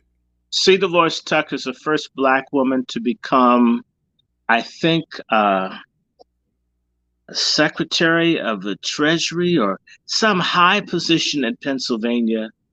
That's how powerful she was. Dr. Cynthia Dolores Tucker. And she was powerful. She had one of the highest ranking Black women on the state level in the history of the United States. She's very strong in the Philadelphia area. And later she established what was called the National Political Congress for Black Women, that later was called the National Congress for Black Women. And she fought against bad music, abusive treatment of Black women and children. She fought for education. She was one of the first people to start fighting against mass incarceration, to go in and tell President Clinton to let Black men and women go. This isn't what I read about. When I have a friend in Alabama, I wish I had money because their family's still suffering, but when they were in jail, and this was a grandmother who'd been thrown in jail for being lied on under the phantom evidence laws of mass incarceration that Joe Biden created. I didn't want this woman to have intergenerational incarceration in her family. She was the center of her family, and her family was really going through because the mother and grandmother was thrown in jail for 20 years. And I went to everybody, Congress people like Maxine Waters, went begging people, don't let this Black grandmother stay in jail. For all the women that stupid ass women in your audience that think I don't care about Black women, I love grandmothers. I didn't think it's right for any Black woman to be in jail without, good reason. And it took a while. People slammed doors in my face, laughed at me, but I got to see Dolores Tucker. And when C. Dolores Tucker found out that there was a Black grandmother in jail, she went to the White House and she told Clinton that she was going to come out of jail in 2 weeks. I'm not. When they asked she says, I am the document. She comes out. So, they asked for all the information. Yeah. She told Clinton, she's out. I say so. That's a strong, righteous Black woman, not just some asshole, attitudinal, hormonal sister, but a righteous, compassionate person. Yeah. If you knew her, she went up. She wasn't against hip hop. She wanted music that edified Black men and women. And the gays and the Jews, they all got together and put so much pressure on her, it caused her to die in her late 60s of congestive heart failure. Man. And folks act like she never existed. She didn't hate Tupac. She didn't hate hip hop. Just she was a righteous sister. She had a larger message. She saw where the music went. Yeah. And we see where it is now. So she was kind of right. She was trying to create a music conglomerate where we could make positive music to uplift Black people. Her reasoning was this music is going to open up the Pandora box for police to murder Black folks on sight. Mm-hmm. These are conversations that you see it happening now. And you see why I would work with her. We didn't want Sandra Bland's. We didn't want this. Some of us have been doing what little or what the best we could to prevent what we saw coming. Mhm. She was a woman of vision. She made people shake in their boots. She would get you a job or a hookup. She helped shape people with a particular focus on Black women, but she wanted them to be women, not men. Yes, yes. And so when I talk about her, I love her. I mean, just she was strong but very feminine, very matronly, very intelligent. They read. She could look at you and assess your value in 1 minute. Look at you and say, "I want you to do this or that." So I met everybody through her: Maya Angelou, Mrs. King, Mrs. Shabazz, Rosa Parks. She was sort of like a hub to keep a lot of Black women true to issues around children and family. Nobody has replaced her since she's been dead. It's like when she died, it was like they shot the best in Black women in the head. And you know, I'm reason why I'm really glad you brought that up to short, because like I said, I know how oftentimes when people get in their feelings, they don't hear. So this is for those who may have gotten in your feelings earlier, but you stuck with us, you still here. You see, Dr. Short, the whole message here isn't to bash women. We're talking about a style woman, a distinct style or personality of woman who's destroying the overall goodness of Black society. We're not talking about all Black women. We're not talking about all. It's never all anything anyway. The listeners should be smart enough to know that to begin with. Never all. But it's more than enough. And it's too many and more than enough for us to address. So there are great women out there. There are women that we love in, we believe in. The women who are Black first. Black first means Black first. That means man, woman, and child. That means all of us. That means the greater good. And see Dolores Tucker, because I remember her as a child. She's someone who took bullets, because as a kid, I'm thinking, man, she just hate Tupac. But I was 13, 14. Now when I look back and when I see a lot of the things that she was doing, it's because she saw the big picture. She saw 20 years from now. She saw Cardi B coming back in 1992. That's why she had the passion that she had. Sometimes visionaries see things a little before others do. And they take the bullet. And this woman was the secretary of the Commonwealth of Pennsylvania in 1971. From 1971 to 19, I mean, this powerful ass woman. That's fresh out of civil rights. She was hooking people up with jobs. She put her foot in your ass. She'd break her ass. And I recall even being a student at Howard that I saw her and she went off on me for having not come to see her in a while. If you were a good Black man, she would pull people out and say, "This is DwannBrown. Look at him. This is the kind of Black man we need to get behind." She would tell people, she would say, "This man respects, I trust him. I was working for her." She says, "I left you in my office because I can tell you have integrity. I can tell that you care about people, you have character." And she says, "I also think you respect women. Whenever you need something, you call me." That's the first conversation. I'm like, now that person, she put so much love inside of you, and the way that she saw your humanity, not, "Oh, this is just another nigga that belongs in lockup." If she asked me to do something, you're going to do it. The sisters need to understand, when you put all this poison out there because you're in your feelings, you basically kill the love in the men that you don't see. It's not it's not visible when you kill the love inside of people. You get these ladies like Tucker, the people were afraid of her because she could call men and women who would go upside your head. They liked her. Just tell me, who do you need me to beat up? The women in our culture, like Daisy Bates or like Ida B. Wells, had a power of letting the brothers know that they gave a damn about men.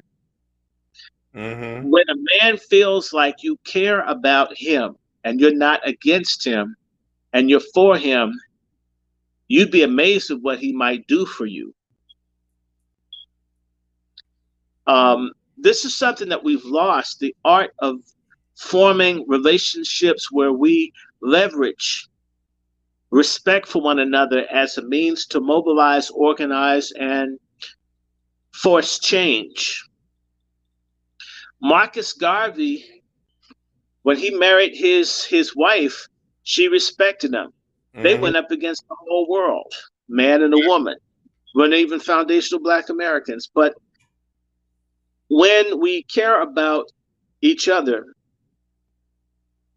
it makes a difference.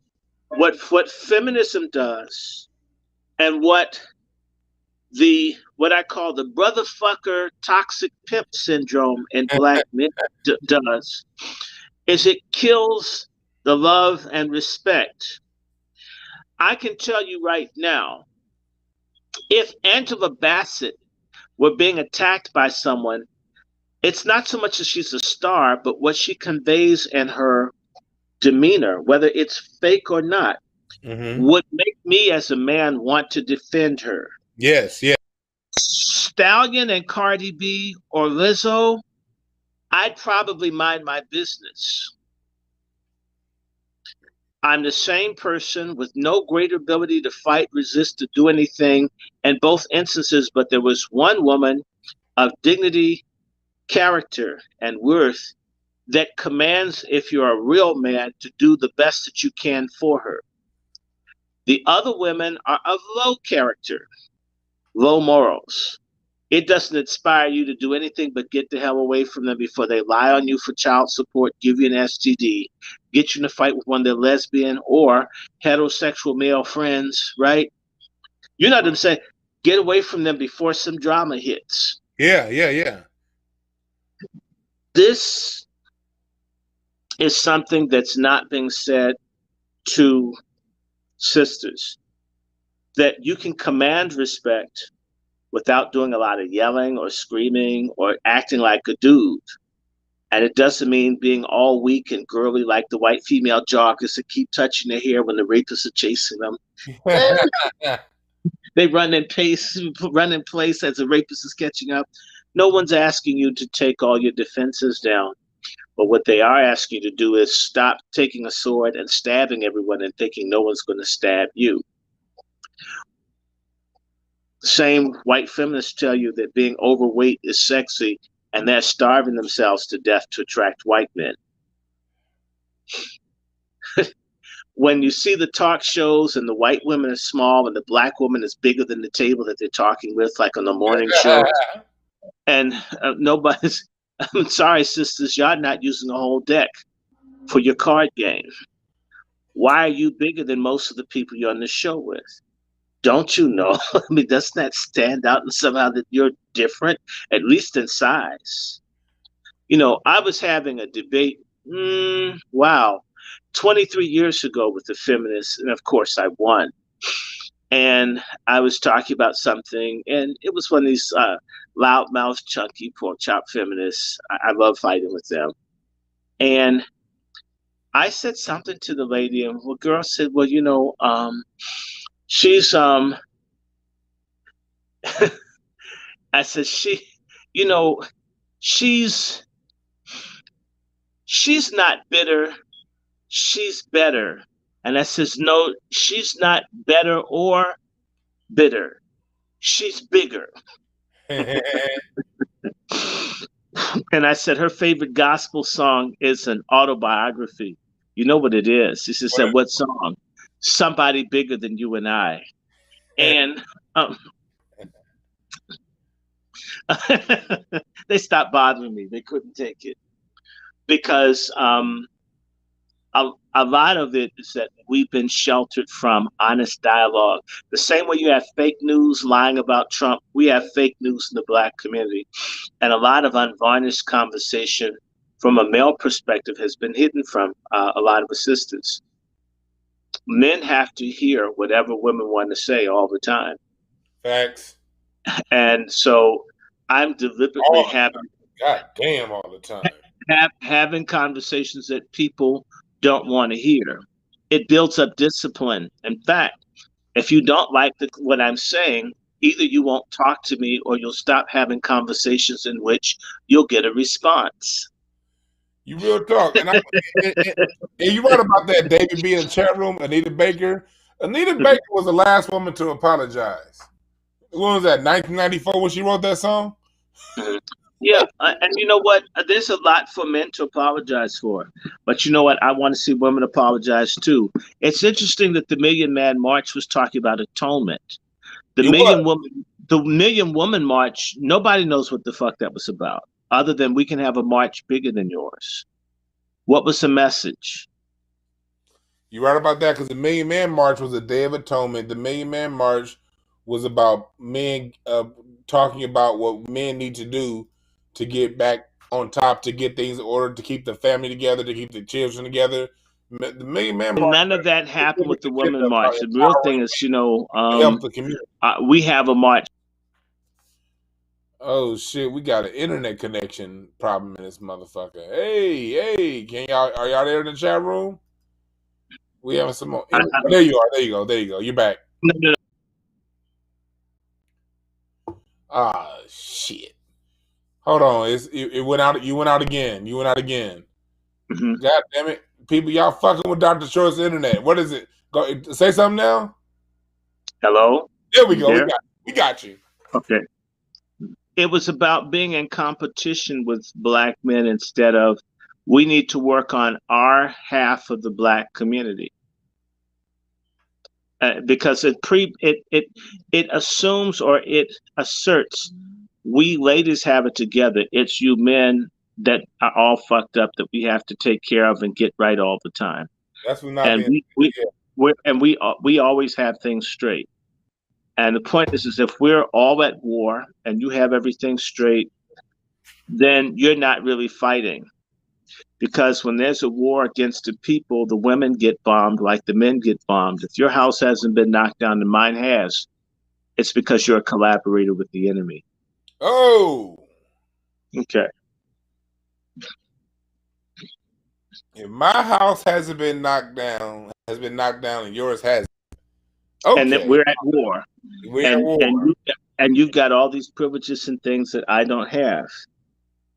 And then you're working for the enemy, whether you think so or not. And that's the thing, whether you think so or not, because what's the empirical evidence that we have to say Dr. Randy Short isn't bullshitting? Go to any Skid Row in America, and who are the people who are on the streets? Black men. Why? Because there are no programs and no safety net for the men. For them. And I'm gonna tell you a quick little story, and I'm gonna let you get back to it. When I was working with the children, I work with a lot of children who have behavioral issues, and part of my job was to link family to different services in different places. So we would have families who are homeless, and when I had a woman who was homeless, it was easy to get her somewhere to live. If I had a man that was homeless, it was tough. Super tough to get homeless men in any kind of anything. Women, you can find it. Here's the problem. Here's where it became an issue getting women housing. The issue came when she had a son over the age of 13, 12. That's why feminism and all this bullshit isn't even healthy for women. Because these different shelters, all this social safety net stuff, it was all good unless she had a black son over the age of 13. Do you know how hard it is to get a woman in a shelter who has a boy over the age of 13, let alone 2 or 3? It's damn near impossible. And something else.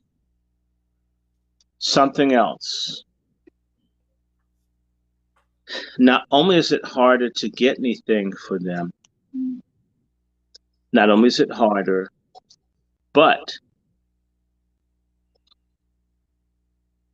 if it's a man with children and the woman has left, it's hard for him to get any kind of help. Even if he's worked just to daycare, it is about breaking the man's back. In fact, forcing the women to abandon men for the help of the same state that penalizes the man for being male, rewards the woman if she's not with the man. We already know this. Now go further. The children that don't get adopted most heavily are black boys over the age of 10. Folk don't. Okay. Who's most likely to get aborted? Black male children.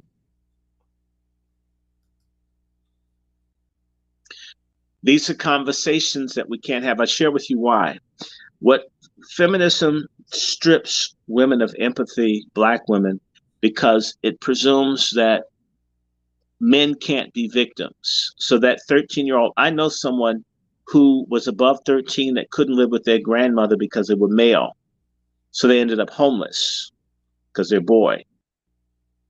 You understand what I'm saying? Man. And so this happens, and there's no one saying, hey, wait a minute, these boys are minors, they need to be protected too. No, they're black and they're male. The word they use is man-child. So I know what it's like to have a white adult male beat me. I may as well be an adult. I'm getting beat like one. No one complained about it. This was the norm where I went to school. White men beat on the black guys. It's black boys. It's buck breaking type stuff. This is the society. I'm not saying the women don't get beaten, raped too. Just whenever you get around to dealing with black men as experiencing suffering or pain, folk get tired real fast and don't want to hear it. Man. It's whining, it's complaining. Now, I haven't talked about this, but one time, this is the first time I said anything to you about it. Even bringing it up is seen as soft. So as a result of that, since men don't have any outlet for pain, sorrow, whatever, they become hard, cold, and cruel. It is a way, being cool, being chilly, being a sociopath or a psychopath is a way to navigate a world that is very hostile and cruel towards you just because you exist as a black male, and black men killing each other.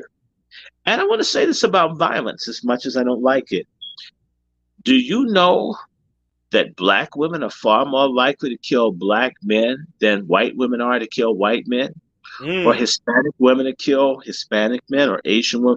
I'm not saying the sisters don't have the right to self-defense. Okay. I'm only saying that, relatively speaking, in terms of who kills who, a lot of stuff in our community is damn more equal than other people. You know who doesn't notice it?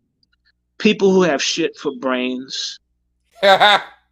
Women in our community. They never assess things.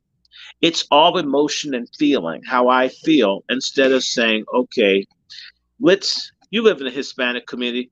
How often do you see Hispanic men taking care of the children, Brother Dwan?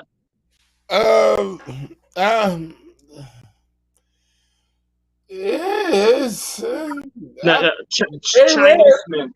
Chinese men, Indian men, you don't see it typically. No.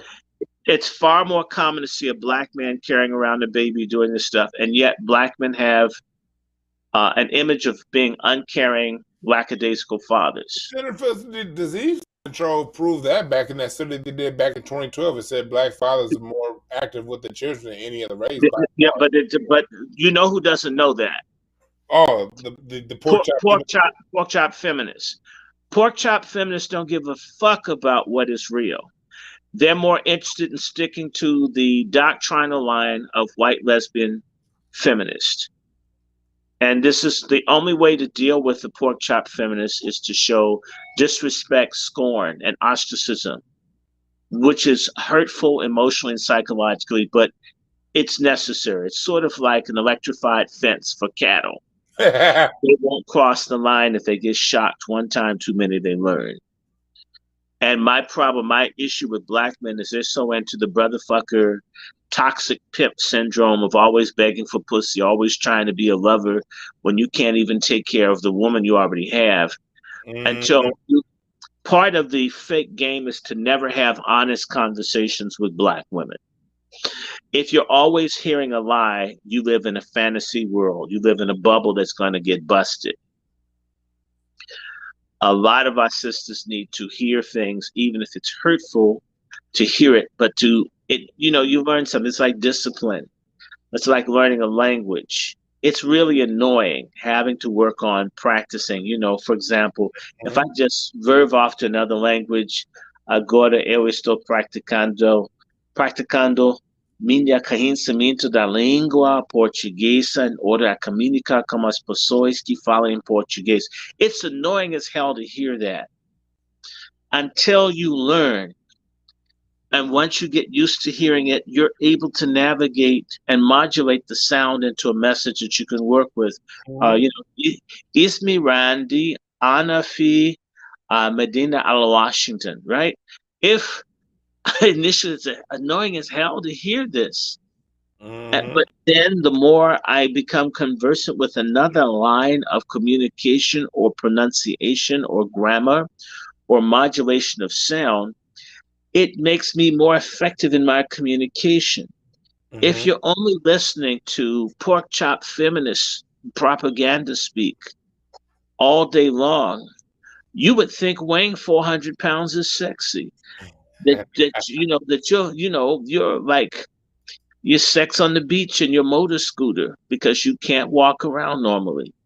And I've seen this. Man, I know you want me. I'm a cougar. And I told them, no, you're not a cougar. You're a bear. Man, you got some of these chicks. Some of y'all ain't. Y'all saber-toothed tigers, goddamn it. Fucked up grills and goddamn it. And unlike Tony the Tiger, you're not great.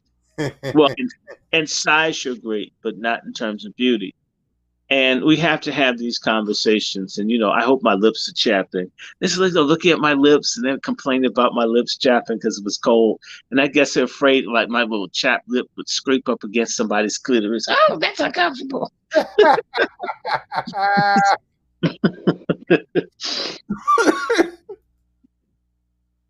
No, so every time my lip would move, she would jump back.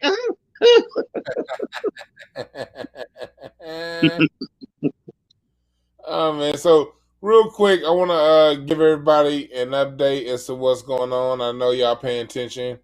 Oh yeah, let me look because I'm wondering. They're playing games. They're not calling Trump states. Yeah, they're playing games. Look, I'm seeing right now. He's ahead 51-47 in Wisconsin. He's ahead 53-44 in Michigan, and he's ahead 56-42 in Pennsylvania. But they're not calling any of those three states for Trump. He's ahead 50. The only close one in North Carolina, 50-48, and but he's probably going to win that. Georgia's kind of close, but we all know good and hell well he's going to win Georgia. Basically, the only look they have. Even if Joe Biden wins Nevada right now, he's at 238, according to Fox News. If he gets these 6 more electoral votes, it's still not going to be enough. So yeah, they could. I'm flipping back and forth between the LA Times, Fox News. I'm trying to get a balance of what the bullshitters are saying. But either way it go, when I see how far Trump is ahead in Michigan, Wisconsin, and Pennsylvania, Biden ain't got a chance. But okay, I'm looking at CNN, the Klan News Network, and these are his enemies. His enemies. His enemies say that he's only 7 electoral votes behind Biden. Now, let's do this real fast.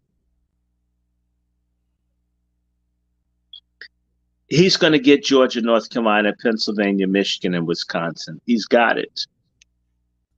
He's got it. Yeah. And he's going to get the votes up in Maine.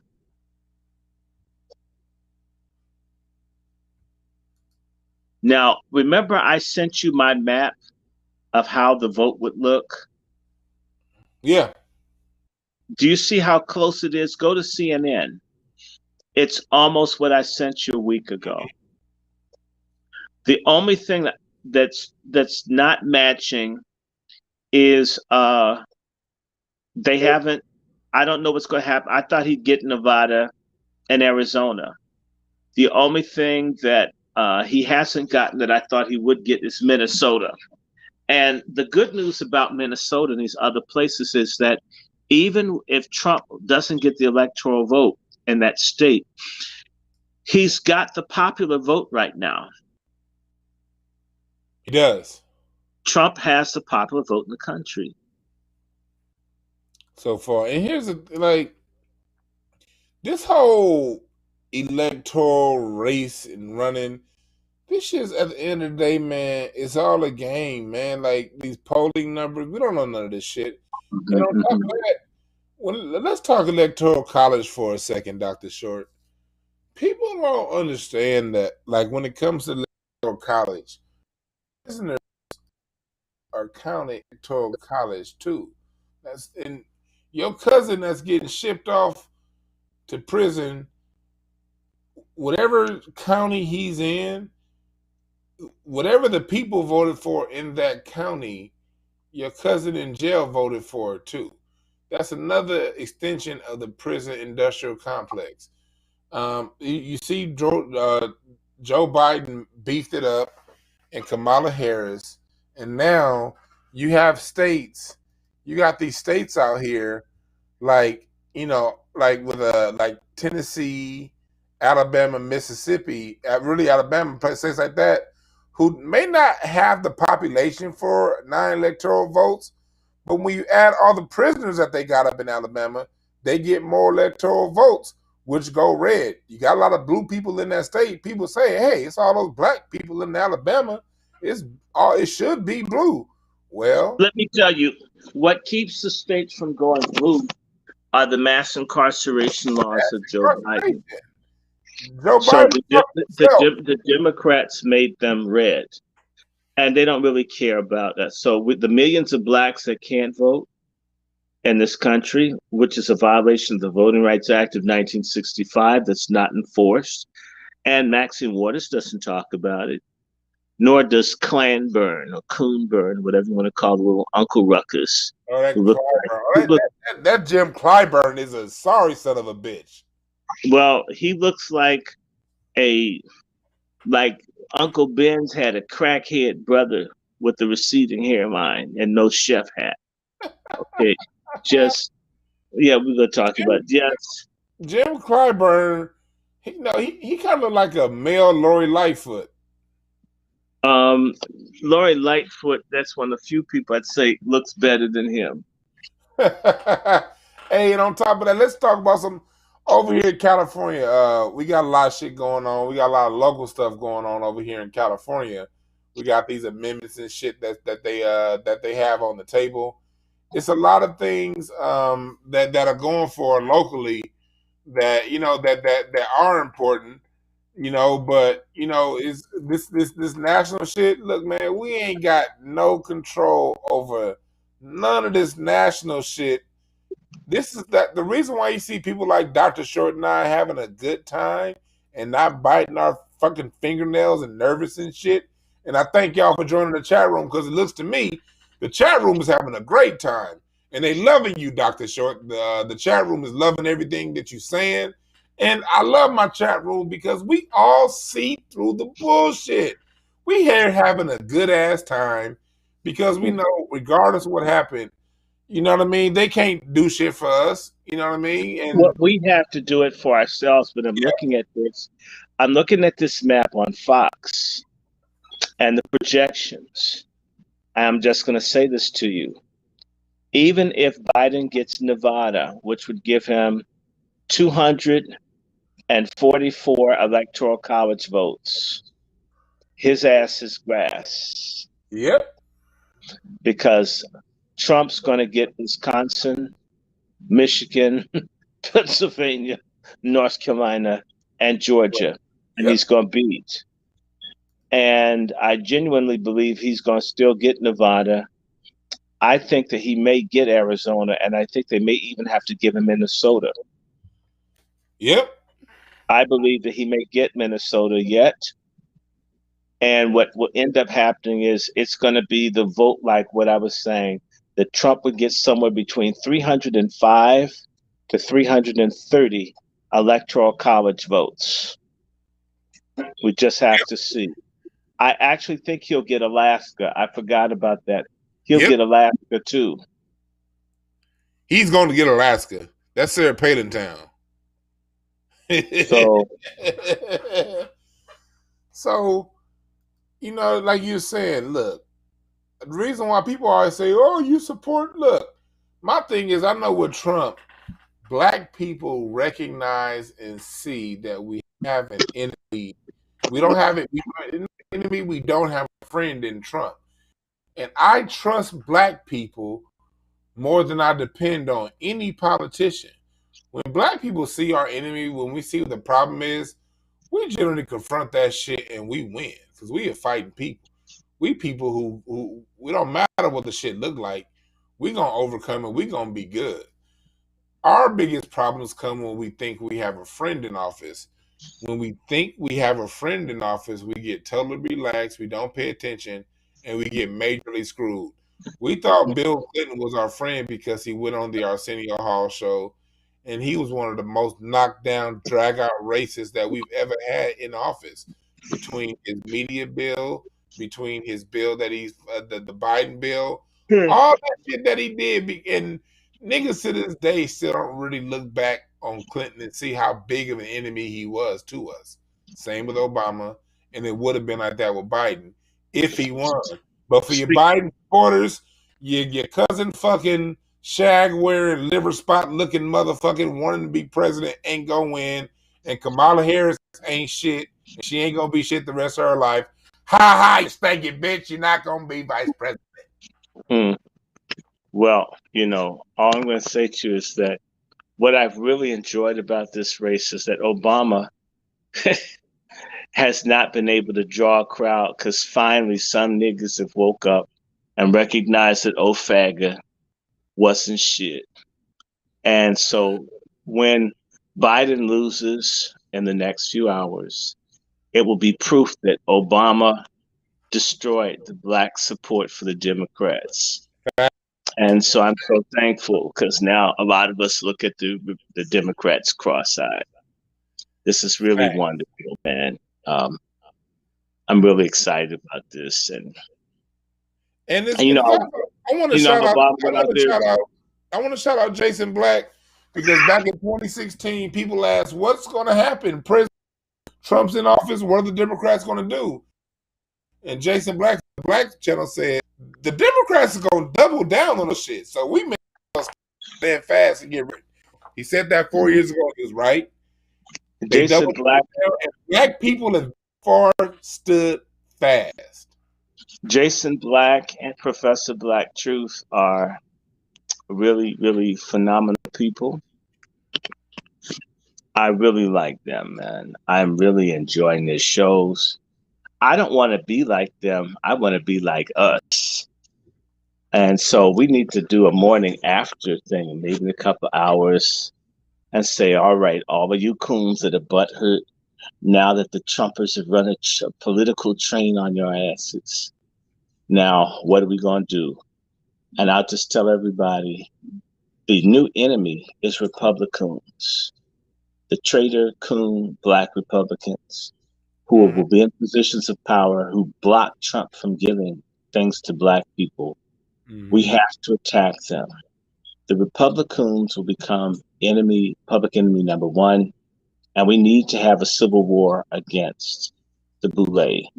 This election is the beginning of a generational shift and a war, civil war, that needs to be waged without mercy, conducted with brutal intellectual cruelty and honesty against bootlicks, Negroidians, blacknecks, and assorted sundry garden variety traitors and coons.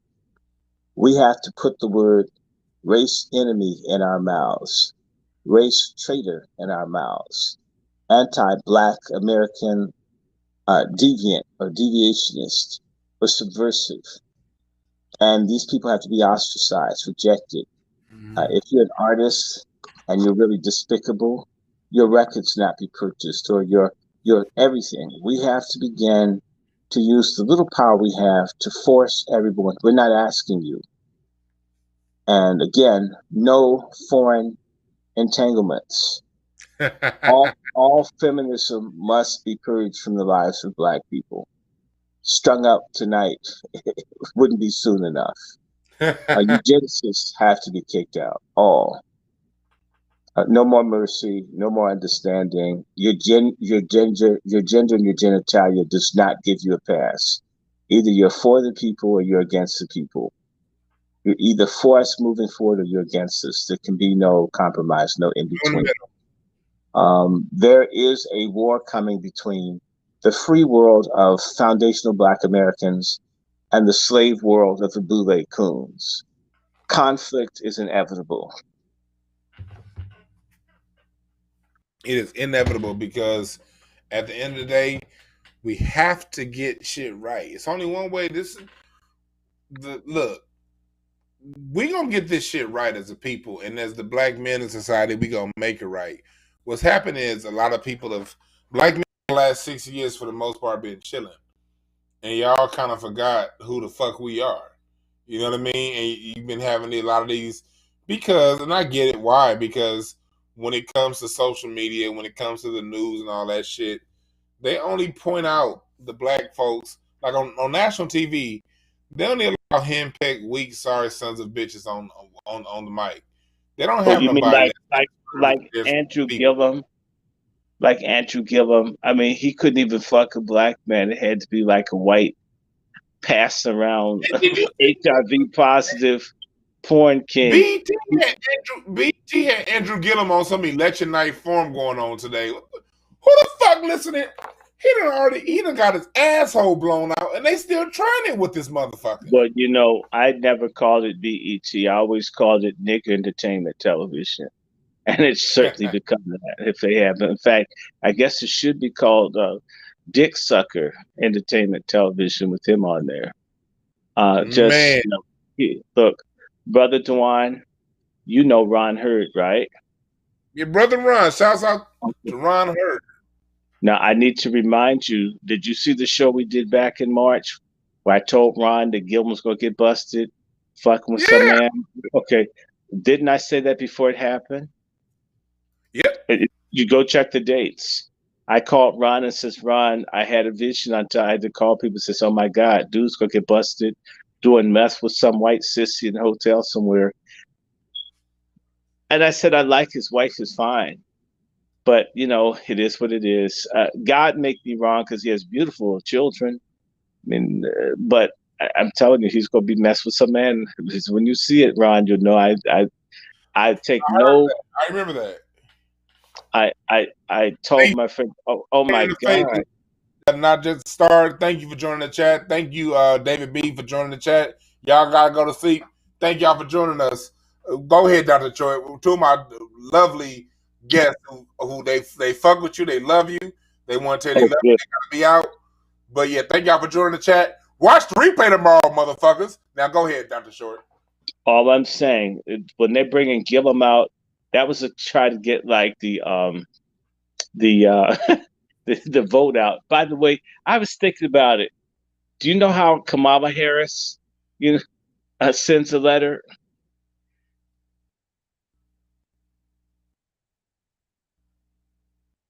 Kamala Harris send the letter. I can show you better than I tell you. She takes the letter, folds it back, slides between the leg, and seals it. She used a cooch as an envelope moistener. You know, and so I was thinking about her sealing the letter. You know.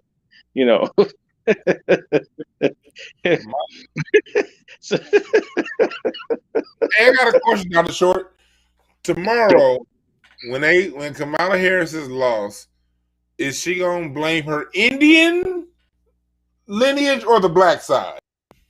well, I hope she says, I want Kamala Harris to insult black people so they can snap on her. I pray to God that she says something racist and cruel. So certain black folks who need to be called nigger or bitch or motherfucker before they will listen to intelligent researchers and other folks who are trying to tell them. We have a what I call a dumb fuck black defiant syndrome, where dumbass black people think they're smarter than people who read and research. Like the semi-literate niggas that need help to figure out which bus to get on, yet they're smarter than you are. You know what I'm saying? These kinds of people in our community. So because certain black folks need a foot, they need to get kicked in the ass by a Nazi jackboot before they dislike Nazis. Then let her kick. I hope she's kicking hard tomorrow. I want the media to come down. I want the media. In fact, I'm telling you what I'm really looking forward to is the Democratic Party taking positions and firing high-placed coon niggers in the Democratic Party because they failed to get the black vote out. This happened before. This is going to happen. Destroy them. Take Donna Brazile off of Fox. Kick all these people off. Get Pocari Sellers. Kick all their asses off of television. We don't want to see them anymore. Don Lemon to be replaced as an anchor for CNN. This will be beautiful. See, we, as a long time, the rank and file grassroots black people, have taken it on the chin, and we've been happy for the other black people to get rich and successful, even though they give us the finger. Right. Now we must work to destroy their privileged position over us by doing stuff that makes white society retaliate against them, which will begin tomorrow morning. Simone Sanders will be fired. Cedrick Richmond will be fired. Joe Biden will turn on all these people. This will be so beautiful and lovely. I just wish I could be a fly on the wall as these people are called niggers by the white people who are already calling them niggers that you don't see. And for people to not be given contracts. I can't wait. I love seeing Boule people hurt just like the ordinary black folks. In fact, we need to make this happen all the time. This is such a great feeling. I can't even fall asleep thinking about the way that Boule folks are going to get hurt, like folks that are underprivileged in our community. We have no loyalty to them. They don't care about us. They've left us for dead. They've let this stuff be done to us and thought it was funny. And now, when we've done something that they didn't want us to do, we didn't listen to their asses say, just vote. We said, just fuck you. You right about that, Simone Sanders is she looks like E.J. Johnson, Magic Johnson gay son. She does look like Magic Johnson's son. I've been saying that for about 3-4 years. I know you heard it. I ain't heard it, but I just thought about a bitch look. And she does look like, goddamn it, shit. She does look like Magic Johnson Jr. That's the last conversation she does. And he looks actually better sometimes. She's just a really, in fact, she looks like a cross between Magic Johnson Jr. and Gary Coleman from Different Strokes. So she has his cheekbones. And then someone in the chat room said something great. Roland Martin's not on another job, thank God. Well, Roland Martin looks like Betty Boop had a black brother.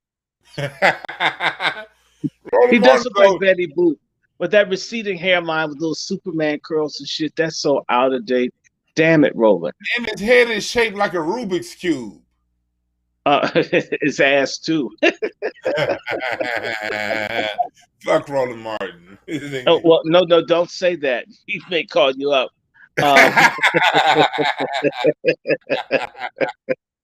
Okay, we're being ignorant, I know. Oh my God.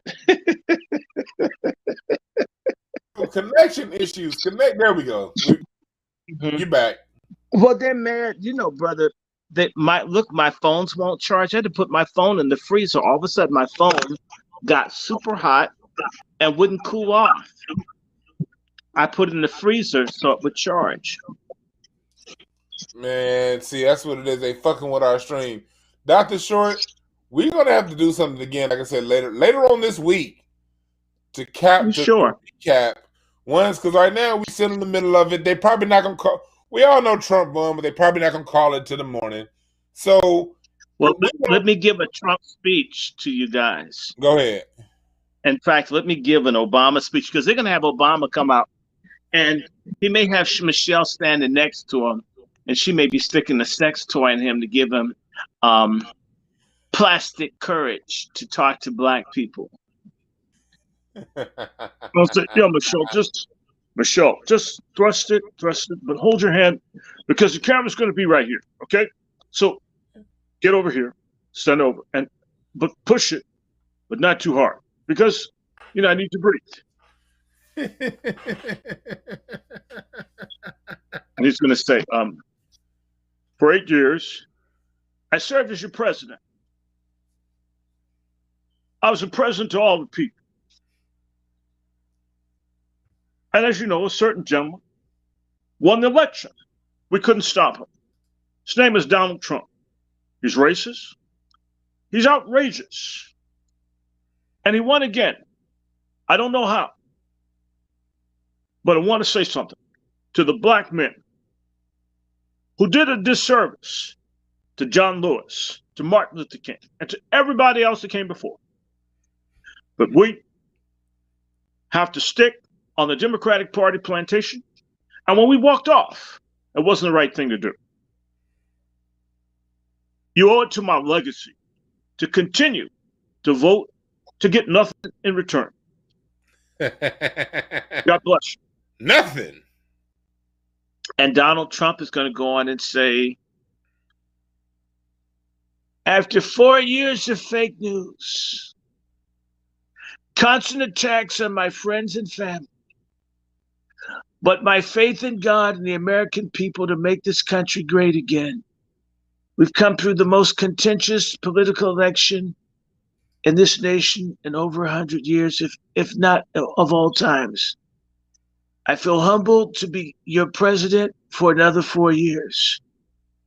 I want to thank the black men who didn't listen to the fake news, who broke away from a tradition of getting nothing in exchange for their votes from a party that took them for granted, to vote for me, the greatest president for black Americans since Abraham Lincoln.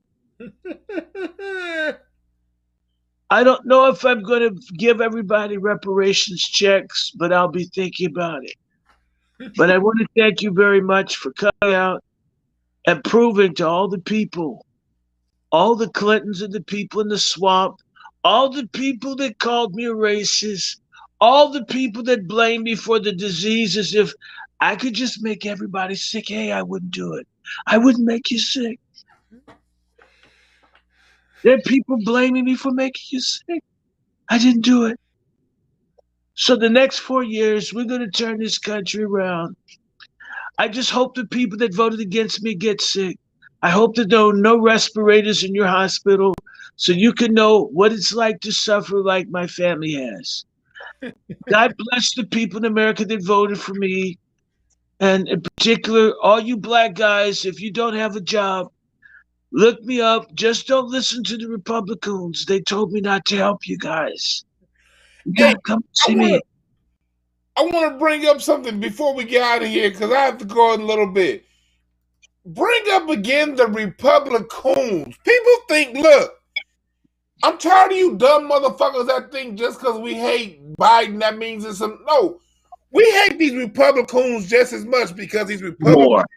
Okay, let me give you. They take for themselves and say, fuck the rest of them niggas, right. Just like the Democratic coons. Yes, they're all in the boule. But let me give you something. Someone that I know that knows people that works in the White House said that repeatedly Donald Trump for several years tried to get the black Republicans that come to the White House to tell him specifically what did he need to do to help black American grassroots people. And what Donald Trump was told by some of the Republicans that you see on Fox News and CNN, that Donald Trump didn't need to do anything special for Black people. He just needed to keep doing whatever he was doing was helping Black people. I heard. I know some of them. I want to say this to your audience. Since about 1990, so over the last, say, 30 years, at various points, I've been registered as a Republican. One, I'm a Black nationalist, if you really get to know me, but I don't care. When Trump won the first time, when he was president-elect, I went to people I know that I would call Republicans and said, hey, look, we were decisive. Black men were decisive. We can get something this time. We got nothing from Obama. Let's put together a contract with Black America proposal to give to Trump. 15 to 25 things that we absolutely need that are within reason to make demands for Black people. Do you know that these people have run for me for 4 years? I wasn't talking about giving Black people 5 states in the South. I mean, just these people had access. They will not do it. So when Trump wins, the battle isn't over. The new battle will be with the Republicans. If you see a Black Republican, if they don't support reparations, if they don't support race soldiers going to jail, if not receiving the death penalty, if they do not support reinvestment in the Black community, if they don't support getting rid of sanctuary cities and doing things to stop, one, gentrification, stop lead poisoning in the air via water, if they're not doing stuff to fight for Black farmers, to fight for improving education and training for men as well as women, if they're not talking about getting credit and access to money and capital for Black people to do national, domestic, and international trade and business, the Small Business Association being made more simplified for Black people to get the necessary training and coaching to get grants and opportunities and procurement, then they are enemies of Black people. Facts. I came up with the term Republican, okay, or Brinos, Black Republicans in name only. A Republican is a member of the Boule that is in the Republican Party. A Democrat is a member of the Boule who's in the Democratic Party. The Republicans' headquarters is in Atlanta, Georgia. The Democrats' headquarters is in Atlanta, Georgia. Oh, wow. The Boule is an enemy to all of us. The day that we turn on the Greek letter societies, we turn on the Masons, we turn on crooked organizations like that big, fat, greasy Reverend Barbecue. That dude is so big. I mean, I'm telling you, if Donald Trump wanted a border wall, get fat ass Reverend Barber to just stand between California and Mexico. Nobody else's ass would get up in here. You know the thing I don't like about him? Because, like, as a fat person, I don't like most fat people because he can't even stand up straight. Look, let me tell you something. He had on purple. But you get to the point to where you got to lean on a podium and you can't stand up with your back straight and your knees locked. You need to lose some goddamn weight. Well, look, he was so fat at a video I saw, even when he turned sideways, he was bigger than the rostrum he was standing at. The other thing was he had on all this purple, and he was fat. And you know what it reminded me of? I hadn't thought about it in years. Grimace from the McDonald's. Remember the one that would steal the cookies? It looked like him. He looked like Grimace with the mask on. He looked like the whole interior of Paisley Palace. That motherfucker. He had on purple. He looked like Grimace from McDonald's. I was just imagining him stealing my fries and cookies and shit. I just keep talking. And I want to say something else about Republicans. There's another word for Republican. I want you to repeat after me. Go ahead. Single issue niggers. I call them sinners. single issue niggers. They only deal with abortion or education or school choice or prayer in the schools. Never shit that you can put in your mouth. The same way the Democrats, they can give you something to put up your ass, or they can kill your baby or put you in jail, but it's not food, it's not shelter, it's not land, it's not real tangible shit. Republicans are pro illegal alien. Democrats are pro LGBTQ over blacks, but they hide. And so they're fake. Like that little broad that's running, Kim Klacik in Baltimore, she's a Republican. She's a Republican. And for 8 to 9 years, her job was being an event planner at the strip club called Gold's Gentlemen's Club that's owned by her husband, who has multiple black children by other black women he's been with. This is a woman running for Congress in Baltimore. Now, she walks through the slum areas, but when your husband owns a sex shop that allegedly launders money for human trafficking and drugs and other things, you contribute to Baltimore being bombed out, you hypocritical bitch. Yep. Republicans, beware of them. See, I'm black first. I was black before I ever heard of what a damn Republican was. I would be black if I became a commie, which I would never do. Black before I became a socialist, which I would never do. Or a Muslim, or a range of other things I'm not going to be. I will always be black first. A Republican is a narcissistic traitor first. They only care about themselves. If you look at how fucked up Atlanta is, and you understand that the Boule, Democrats, and Republicans are based in Atlanta, and you see how black folks are being destroyed in Atlanta, it is a clearest indication of what Democrats and Republicans are. They're political enemies who work to destroy us. And the last... Oh no. Shit. You there? God damn it. Right as he's going into his last point, these motherfuckers take him off air. God damn it. We're gonna try to get Dr. Short back to end that point, but I do want to give while he's off. Damn it. All right, he'll come back. I do want to point out to everybody here in Southern California, it looks as if Jackie Lacey's losing. That Scottie Pippen looking bitch, Jackie Lacey, it looks like she's going to lose her DAC. It looks like she's going to lose it, yes. But you was just getting to your last point. I don't want to talk too much. I want to let you get your last point. You say your third point. Well, I do want to celebrate that dude that looks like Mahalia Jackson in South Carolina that was running for the Senate. He looked like Mahalia Jackson. He lost. I really did think that was an LGBTQ setup. He should have understood if they already have a white sissy, why do they need a black one? The black gay folks are dumb as fuck. They really do think ass fucking or sucking on carpet or titties when they're a woman makes them equal to white people. If fucking people of other races make them equal, why aren't all of us free because all of our ancestors had to fuck white people? So coming from a family of high yellow house niggas, some of us got free fucking other people, but not all of us.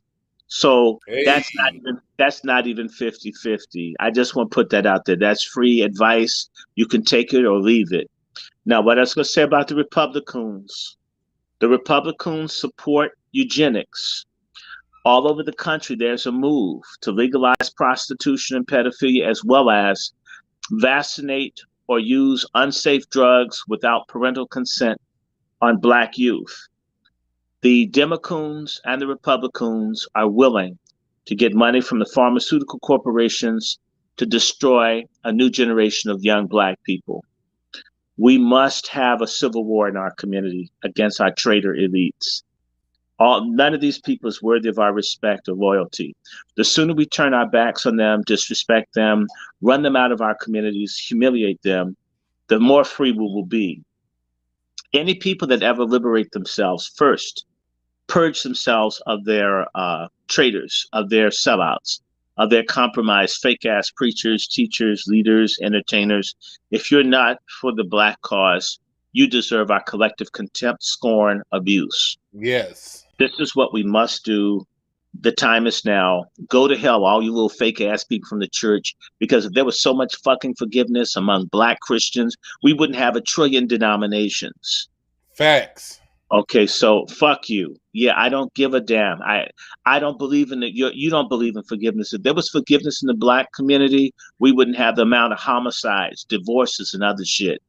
So I'm not forgiving a traitor of the community. I don't forgive the mayor of Flint that allowed those children to be poisoned and that she stole the money. I don't want to forgive her. Let God correct me. Stay in your own fucking lane. I stay in mine. Now is the time to make Black traitors suffer psychically, mentally. These people should be run out of our community. They should be made, their kids should come home crying. Daddy, you didn't, but you didn't stand up to the community. All the kids hate me because you're a traitor in the community. I grew up with white folks, and white people would do that, where a kid, if your parent was a nigger lover, the kids would go home crying and screaming at their parents, why do you make me go through this? We need children on the target too. In fact, if people had messed with the Obama kids, if they messed with John Lewis's kids, if they had messed, this would have gotten a message that there's a price to pay when you betray your people, your children, and your family. It's open season on them because they're trying to get to you. Now is the time. Maxine Waters' kids should be ashamed of her. If Al Green has kids, his little caveman looking ass should be ashamed. Little hippopotamus looking ass Sheila Jackson Lee's kids, even though she's a Jamaican asshole, her kids should be ashamed. She look like Patrick Ewing. No, that's Michelle Obama looks like Patrick Ewing. She looks like Vin Rames. Okay. Get Shorty.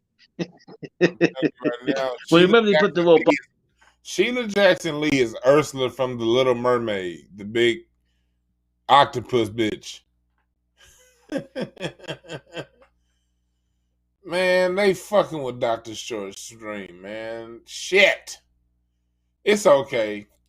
Because we about to get up out of here. I know, I really think we have over 300 people live in the chat room between YouTube, Facebook, Twitter, Periscope, my other Facebook page. Man, wow. Thank y'all for joining us. We've been above between 250 and 300 in the chat. All shows. So I really thank y'all for having the attention span to listen. Okay, Dr. Short is back. Dr. Short, man, we about to get up out of here pretty soon. Give them thoughts. Whatever the hell you feel like saying, go right ahead right now, my brother. Well, look, I need your help, brother. When I get back to DC on Friday, I want a coalition of people to help me in the short term to wage war against this vaccination of our youth. They want to experiment on Black youth. The vaccine has additives to it that causes paralysis, if not death. This is a death sentence on our people. This is being brought to us by Black Democrats who are owned or in the pocket of pharmaceutical corporations. Black folk, so-called Black leadership across the country, including that tramp called Maxine Waters, have been silent about COVID because they get money from pharmaceuticals. They knew that they were going to roll out these vaccines and they would be used on us to basically experiment, to develop it, because white kids are getting sick. So what they want to do is kill and perfect it by destroying Black kids until they make a good vaccine for white children. The same thing was done with the birth control pill. Tuskegee is happening right now, and it has the support. Most people fail to understand that the National Medical Association, which is dominated heavily by the Omega Psi Phi fraternity, was deeply involved, and the Tuskegee experiment was syphilis. That Black Greek letter Boule doctors helped kill those men and women in Alabama. This is happening right here and now. You don't have to get in a time machine to go back and shoot Mass in the head. You can go after some coons that you know right here and now. I need your help. I need your support. I'm trying to launch some things. And so I need folks, and Brother Dwann, I need you to work with me to set up my channel Yeah. so it's more effective.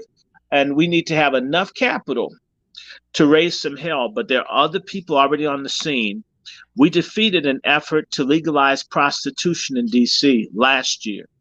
We can defeat them pushing genocide on our youth in D.C., as well as partnering with people in New York, Philadelphia, New Jersey, because it's coming to you folks as well. So when people send me small amounts, it adds up. I'm not trying to be a trillionaire off of people's donations, but I will tell you this. If people were dropping it on me like some of these other people, I can be more effective. And in lieu of that, and Brother Dwann, tell everybody I'm down here meeting with folks about hemp. Folks who are interested in buying CBD, hemp products, and other things. I will pretty soon have samples and things, and that will be a side. I'm not so much into smoking, but I am into health. And on top of that, Brother Dwann, please tell people about Frontline MDs. The coronavirus is getting more dangerous. It is getting more dangerous. You need to get hydroxychloroquine. You need to take vitamin D3. You need vitamin C. You need vitamins. You need zinc, Zycad. You need elderberry. You need quercetin. We need to have a corona show, brother. Okay. Very soon. And I can get Dr. Thomas and others. I will send you information of what can be done. But people don't have to die. Don't take the vaccines. And bless me. I need some resources. So I have a Patreon. And tell people I'm in Twitter. I'm DRS11965. So I can get more information out of more people in communication with me. So, Brother Dwann, I'm going to ask you, and also I'm Randy Short in YouTube. I'm not trying to steal any of your subscribers, but I'm trying to get to 1,000. I have 627 followers. I need to get about 400 more so I can go live. And so, yeah, pray for me, pray for our people, and we need to do more of this. Brother Dwann, I love working with you. I love your channel. I love your audience. And I do love sisters. I just don't want you to be social hermaphrodites. And I don't want men to be bitches with dicks. We can come together. We can beat this. There's nothing too great for God. There's nothing that we can't accomplish. We just have to want to do it. Y'all be blessed. The decade starts in January. We're going into a new era. Be ready, be vigilant, stock up, strap up, guns, food, seeds, buy land. And if you're in California, get the fuck out. We need y'all down south. Y'all need to come out to Kentucky. We need to take that 4 million black folks out of California and put them more strategically out here. It will get you further.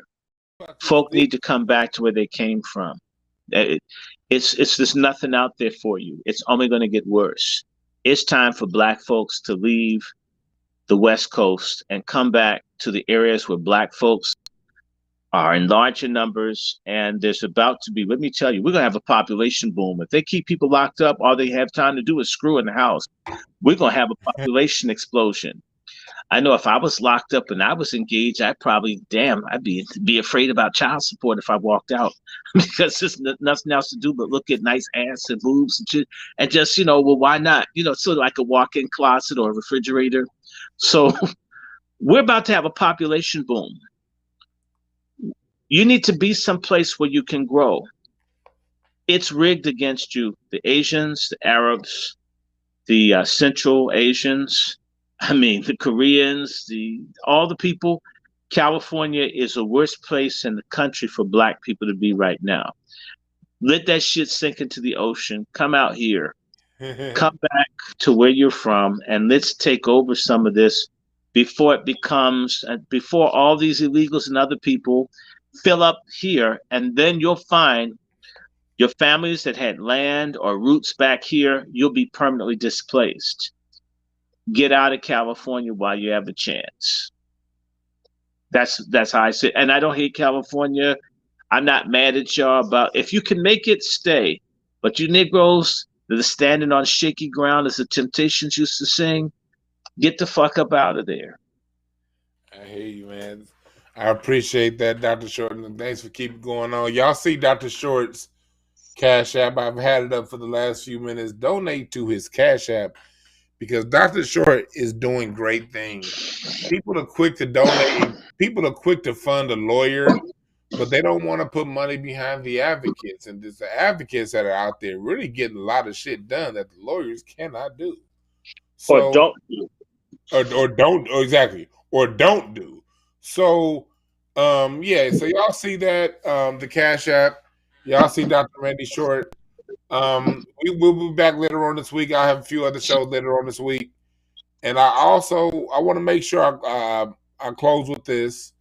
Yeah, they're not calling the election tonight, but we all know who's gonna be in this motherfucker. Just if you know math, you can add up, 270 is needed to win, and Trump is winning where Pennsylvania has 20 electoral votes, Carolina has 15, Georgia has 16, Michigan has 16, and Wisconsin has 10. And those are all the 5 states that he's ahead in, while Biden is ahead in Nevada, but they only have 6 electoral votes. So I said I like to say, it looks as if Trump is going to win. We ain't running here being no Republicans. We ain't being no Democrats. We are on the side of black people. And with Trump winning, the way I look at it, black people see the enemy and we know what the fuck to do when we see who our enemy is and we see it's a problem. But if we put Biden in office, too many of us would have fallen back to sleep. So I'm betting on black people. That's why I don't mind Trump being president, because at the end of the day, black people have lived through way worse than Trump. We've lived through Rutherford B. Hayes. We lived through William McKinley. We've lived through George Washington. We lived through all these savage whole motherfuckers. So Trump ain't shit. So I want people to remember this as we sign off. Go to Hotepish.com for your t-shirts. We got some new shit coming up. Go to the website, subscribe, like, and remember this. There are no perfect messengers. Only perfect messages for those who are willing to pick up game. Thank you again, Dr. Short, for coming on, and we'll see you again soon. Yes, brother. See you then. All right, see you, man.